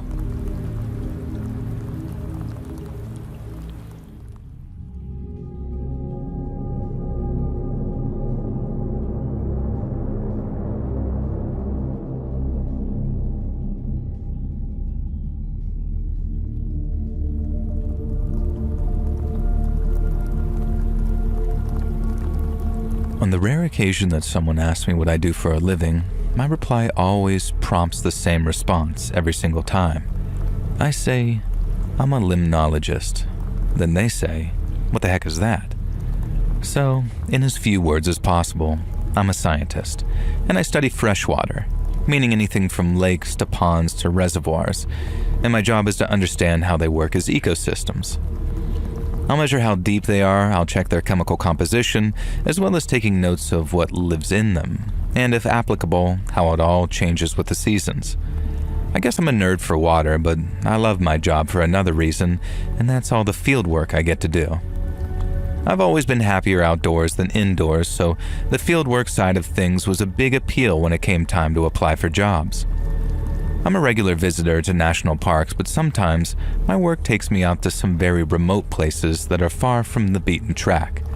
I'm talking lakes tucked away behind miles of logging roads, or ponds that are so deep in the backcountry that there's no cell service or gas station for miles and miles around. Now, once I arrive at my site, I'll haul my equipment from my truck, the depth sounders, water samplers, and oxygen probes, and then I'll take measurements of temperature and oxygen at different depths to build what we call a profile. It can be pretty lonely work, and obviously that has its own set of downsides. But then came one day when I learned that sometimes alone is better. So on the day in question, I had been out on the lake all morning pulling up sediment cores. These are really long, heavy cylinders full of mud from the lake's bottom, and analyzing them layer by layer can tell you the story of the lake's past. It was one of those remote southwestern lakes, Lake Walker in Nevada to be exact, where the road just kind of gives up points and turns into gravel. No one goes out there unless they've got a reason, and since there are a few good reasons to be out at some muddy lake in the middle of the desert, I thought I was alone. and by the time I got the last course sealed and logged, my arms felt like they were just about ready to fall off, and with the sun starting to dip behind the tree line, it signaled the end of my day's work. I sort of trudged back up the path to where I'd parked the truck. In it was my old field rig loaded with gear, data sheets, and a cooler full of samples. It was expensive gear too, so much so that it'd be cheaper to replace me than it would be my equipment. And so you can imagine my horror when I finally spotted my truck and saw that the driver's side window had been smashed in. I ran, convinced that some meth head had stolen tens of thousands of dollars worth of specialist equipment, and I could already see him flipping it for a few $100 and then smoking or injecting months of work into his lungs or veins. And then by the time I was terminated from my job, denied what I believed was my life's purpose, he'd already be robbing his next victim. I was catastrophizing, I suppose, these hypotheticals, panic-stricken at the idea of all that work amounting to nothing. But while I found a heck of a lot of glass all over the seats, there was nothing missing. In fact, rather than steal from me, whoever broke my window had only added things, not taken them away. Because underneath the windshield wiper, pinned in place by the plastic, was a torn scrap of cardboard on which was written, "We left you a gift." And by all estimates, my window had been broken by the fist-sized rock which now lay on the passenger's seat, and looking at it, I figured that was my gift. I distinctly remember being terrified that someone was about to step out of the nearby tree line, someone who'd been watching and waiting to give me more of their gifts. But thankfully there was no one. And then after sweeping all the broken glass from off my seat, I started on the long drive back to the dirt road that had taken me toward the highway. By the time I was moving again, I'd calmed down a little, but by then I was also just mad. I mean, who the hell sees a stranger's truck parked in the middle of nowhere and their first thought is, I'm gonna smash it? I figured it was probably just some dumb teenagers, bodies of men, the minds of children, with mile-wide cruel streaks to boot. And then as I considered the probability of the cops being able to catch them, I felt something moving against my leg. I thought maybe a fly might have gotten to the truck, so I sort of just jerked my leg a little to get it off of me. But the feeling didn't stop, and I realized that whatever it was way bigger than any fly. I then remember taking my eyes off the road and looking down at my leg, and that's when I saw what was crawling up it, and my heart nearly stopped in my chest. It was a bark scorpion, one of the most venomous in all of North America. That was my gift, not the rock. And despite my education and IQ, I hadn't realized until it was way too late. Every instinct told me to slam on the brakes and jump out, and try to bat it off my leg. But I was doing 60 down some winding road with one with no shoulder to speak of. I just remember gripping the wheel so hard that my hands hurt afterwards as I forced myself to breathe. And when they say that time slows down in those sorts of situations, I didn't know how true that really was until those moments. Each second stretched out like a rubber band as I watched that scorpion slowly crawl up my leg, and as each one slipped by, I watched the scorpion edge closer and closer to my groin. I managed to ease off the gas, signal and roll to a stop on a narrow gravel turnout. My heart felt like it was going to explode in my chest as I shifted into park, and then I unbuckled my seatbelt, opened my doors smoothly and slowly as I could. I stepped out one leg at a time, and then after raising the fabric from off the skin of my thigh, so as if it sort of stung it would penetrate my skin, I began to shake my pants till the scorpion fell and hit the ground. I practically jumped back into my truck and slammed the door again. But when I did, I was hit by this wave of relief and spent the next few minutes with my head in my hands. I don't think that I've ever been so terrified in all my life, and to this day, I struggle to think of a time where I felt more panic-stricken. It wasn't even so much the scorpion, because while people have died after being stung by bark scorpions, those deaths are very rare. It was the idea of trying to keep my car on the road when my legs felt numb and I went into convulsions. Then if another truck or car drove by, and I might as well have finished that day in several more pieces than I started. I told the guys back at the office about what happened, I needed no encouragement to file a police report because God knows I didn't want whoever left that scorpion in my car to get away with it. But I also knew that there was a very slim chance anything would come out of it, so I wasn't surprised when months turned into a year and I didn't hear back from the cops in Nevada. To this day, I sometimes catch myself wondering who the hell would do something like that and why, but I think deep down, I know. My grandpa used to say some folks were born with the devil in them, and while I have a more scientific explanation, it doesn't make it any less digestible. Some people are just bad, and there's nothing anyone can do about it.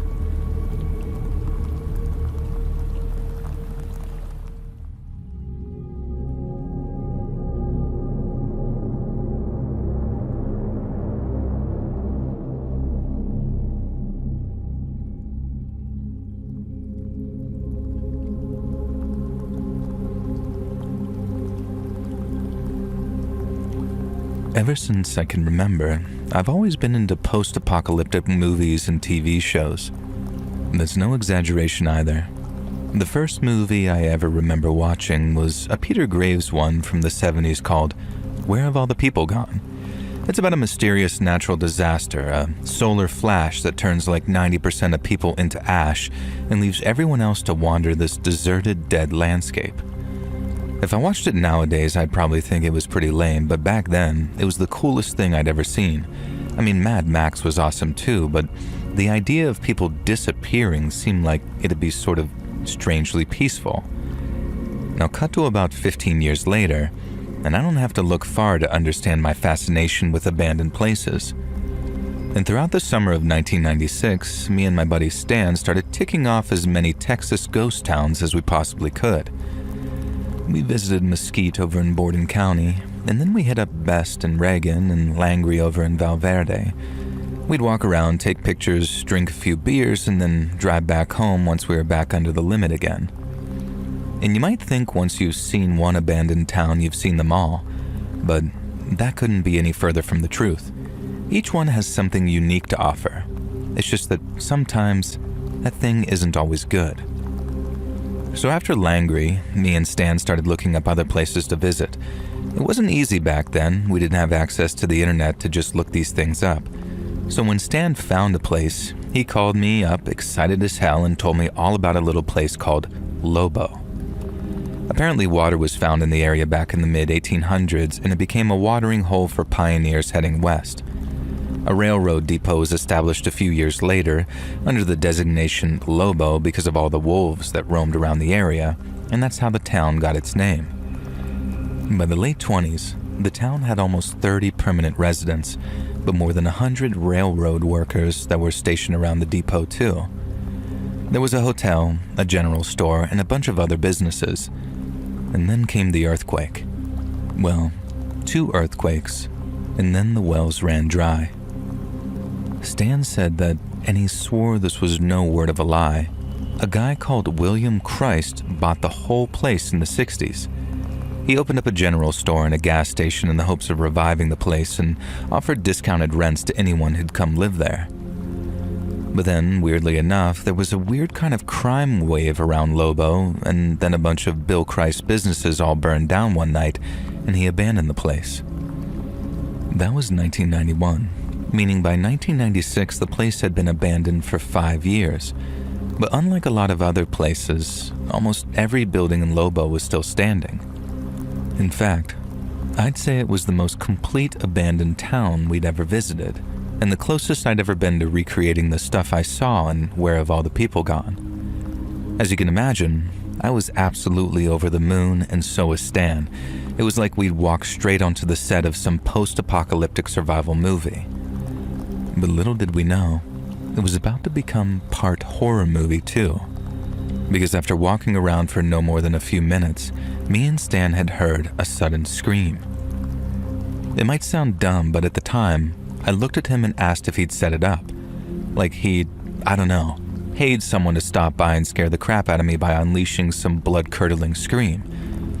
But I turned to him, and the look of fear on his face told me all I needed to know. Since we'd heard Lobo was popular with urbex enthusiasts, some people who also appreciate abandoned places, We figured some other group had run into trouble, some obviously painful trouble by the sounds of things. So we did what we'd want anyone else to do if that was us in that situation, which was run to help. We ran in the direction of the screams, then as we got closer, we heard the sound of someone else cursing. I don't know about Stan, but I thought it sounded like whoever he was with trying to calm him down. He'd fallen, broken his leg, and his buddies telling him to keep quiet so he can concentrate. But it wasn't that at all. Stan yelled out, "Hang on, we're coming," at which point the person screaming started yelling, "Please help me," and all sorts of stuff. And we heard the other voice again too, and right away I realized that we might have misjudged the situation. Something didn't sound right about the way that he was talking, but I could barely hear him over the screams. So I also didn't stop running because both me and Stan were still under the impression someone needed help. Well, they did. There was just no way that we could save them because the people making him scream found me and Stan before we could find the person needing saving. We didn't see the guy, we just saw some 6-foot monster wearing gloves and a crowbar, and then another guy, smaller, yelling at the bigger guy to get us. Now we turned on our heels and then sprinted all the way back to the car with that huge guy on our tail. But thanks to him being such a muffin, we were able to safely outrun him, and last time we saw him, he was in our rear view as we drove off. We called the cops from some gas station and drove with some deputy all the way back to where we'd been so he could see exactly what we were talking about. We didn't expect anyone to be there when we got back, and we were right on that. But what was left was a lot of blood. We think someone was being tortured. Maybe for information, maybe just revenge, and the people who orchestrated it were obviously some very shady people. If they were killing someone out there, they'd do it just before fleeing, right? So it had to be torture, and just writing that out gives me chills. It was the first time that we'd run into anything like that while touring some abandoned places, and while it wasn't the last, nothing ever quite compared to the insanity that happened that day in Lobo.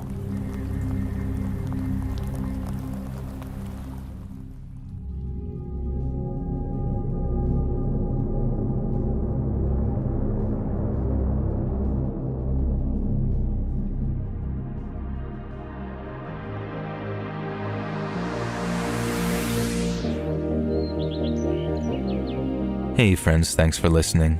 Click that notification bell to be alerted of all future narrations.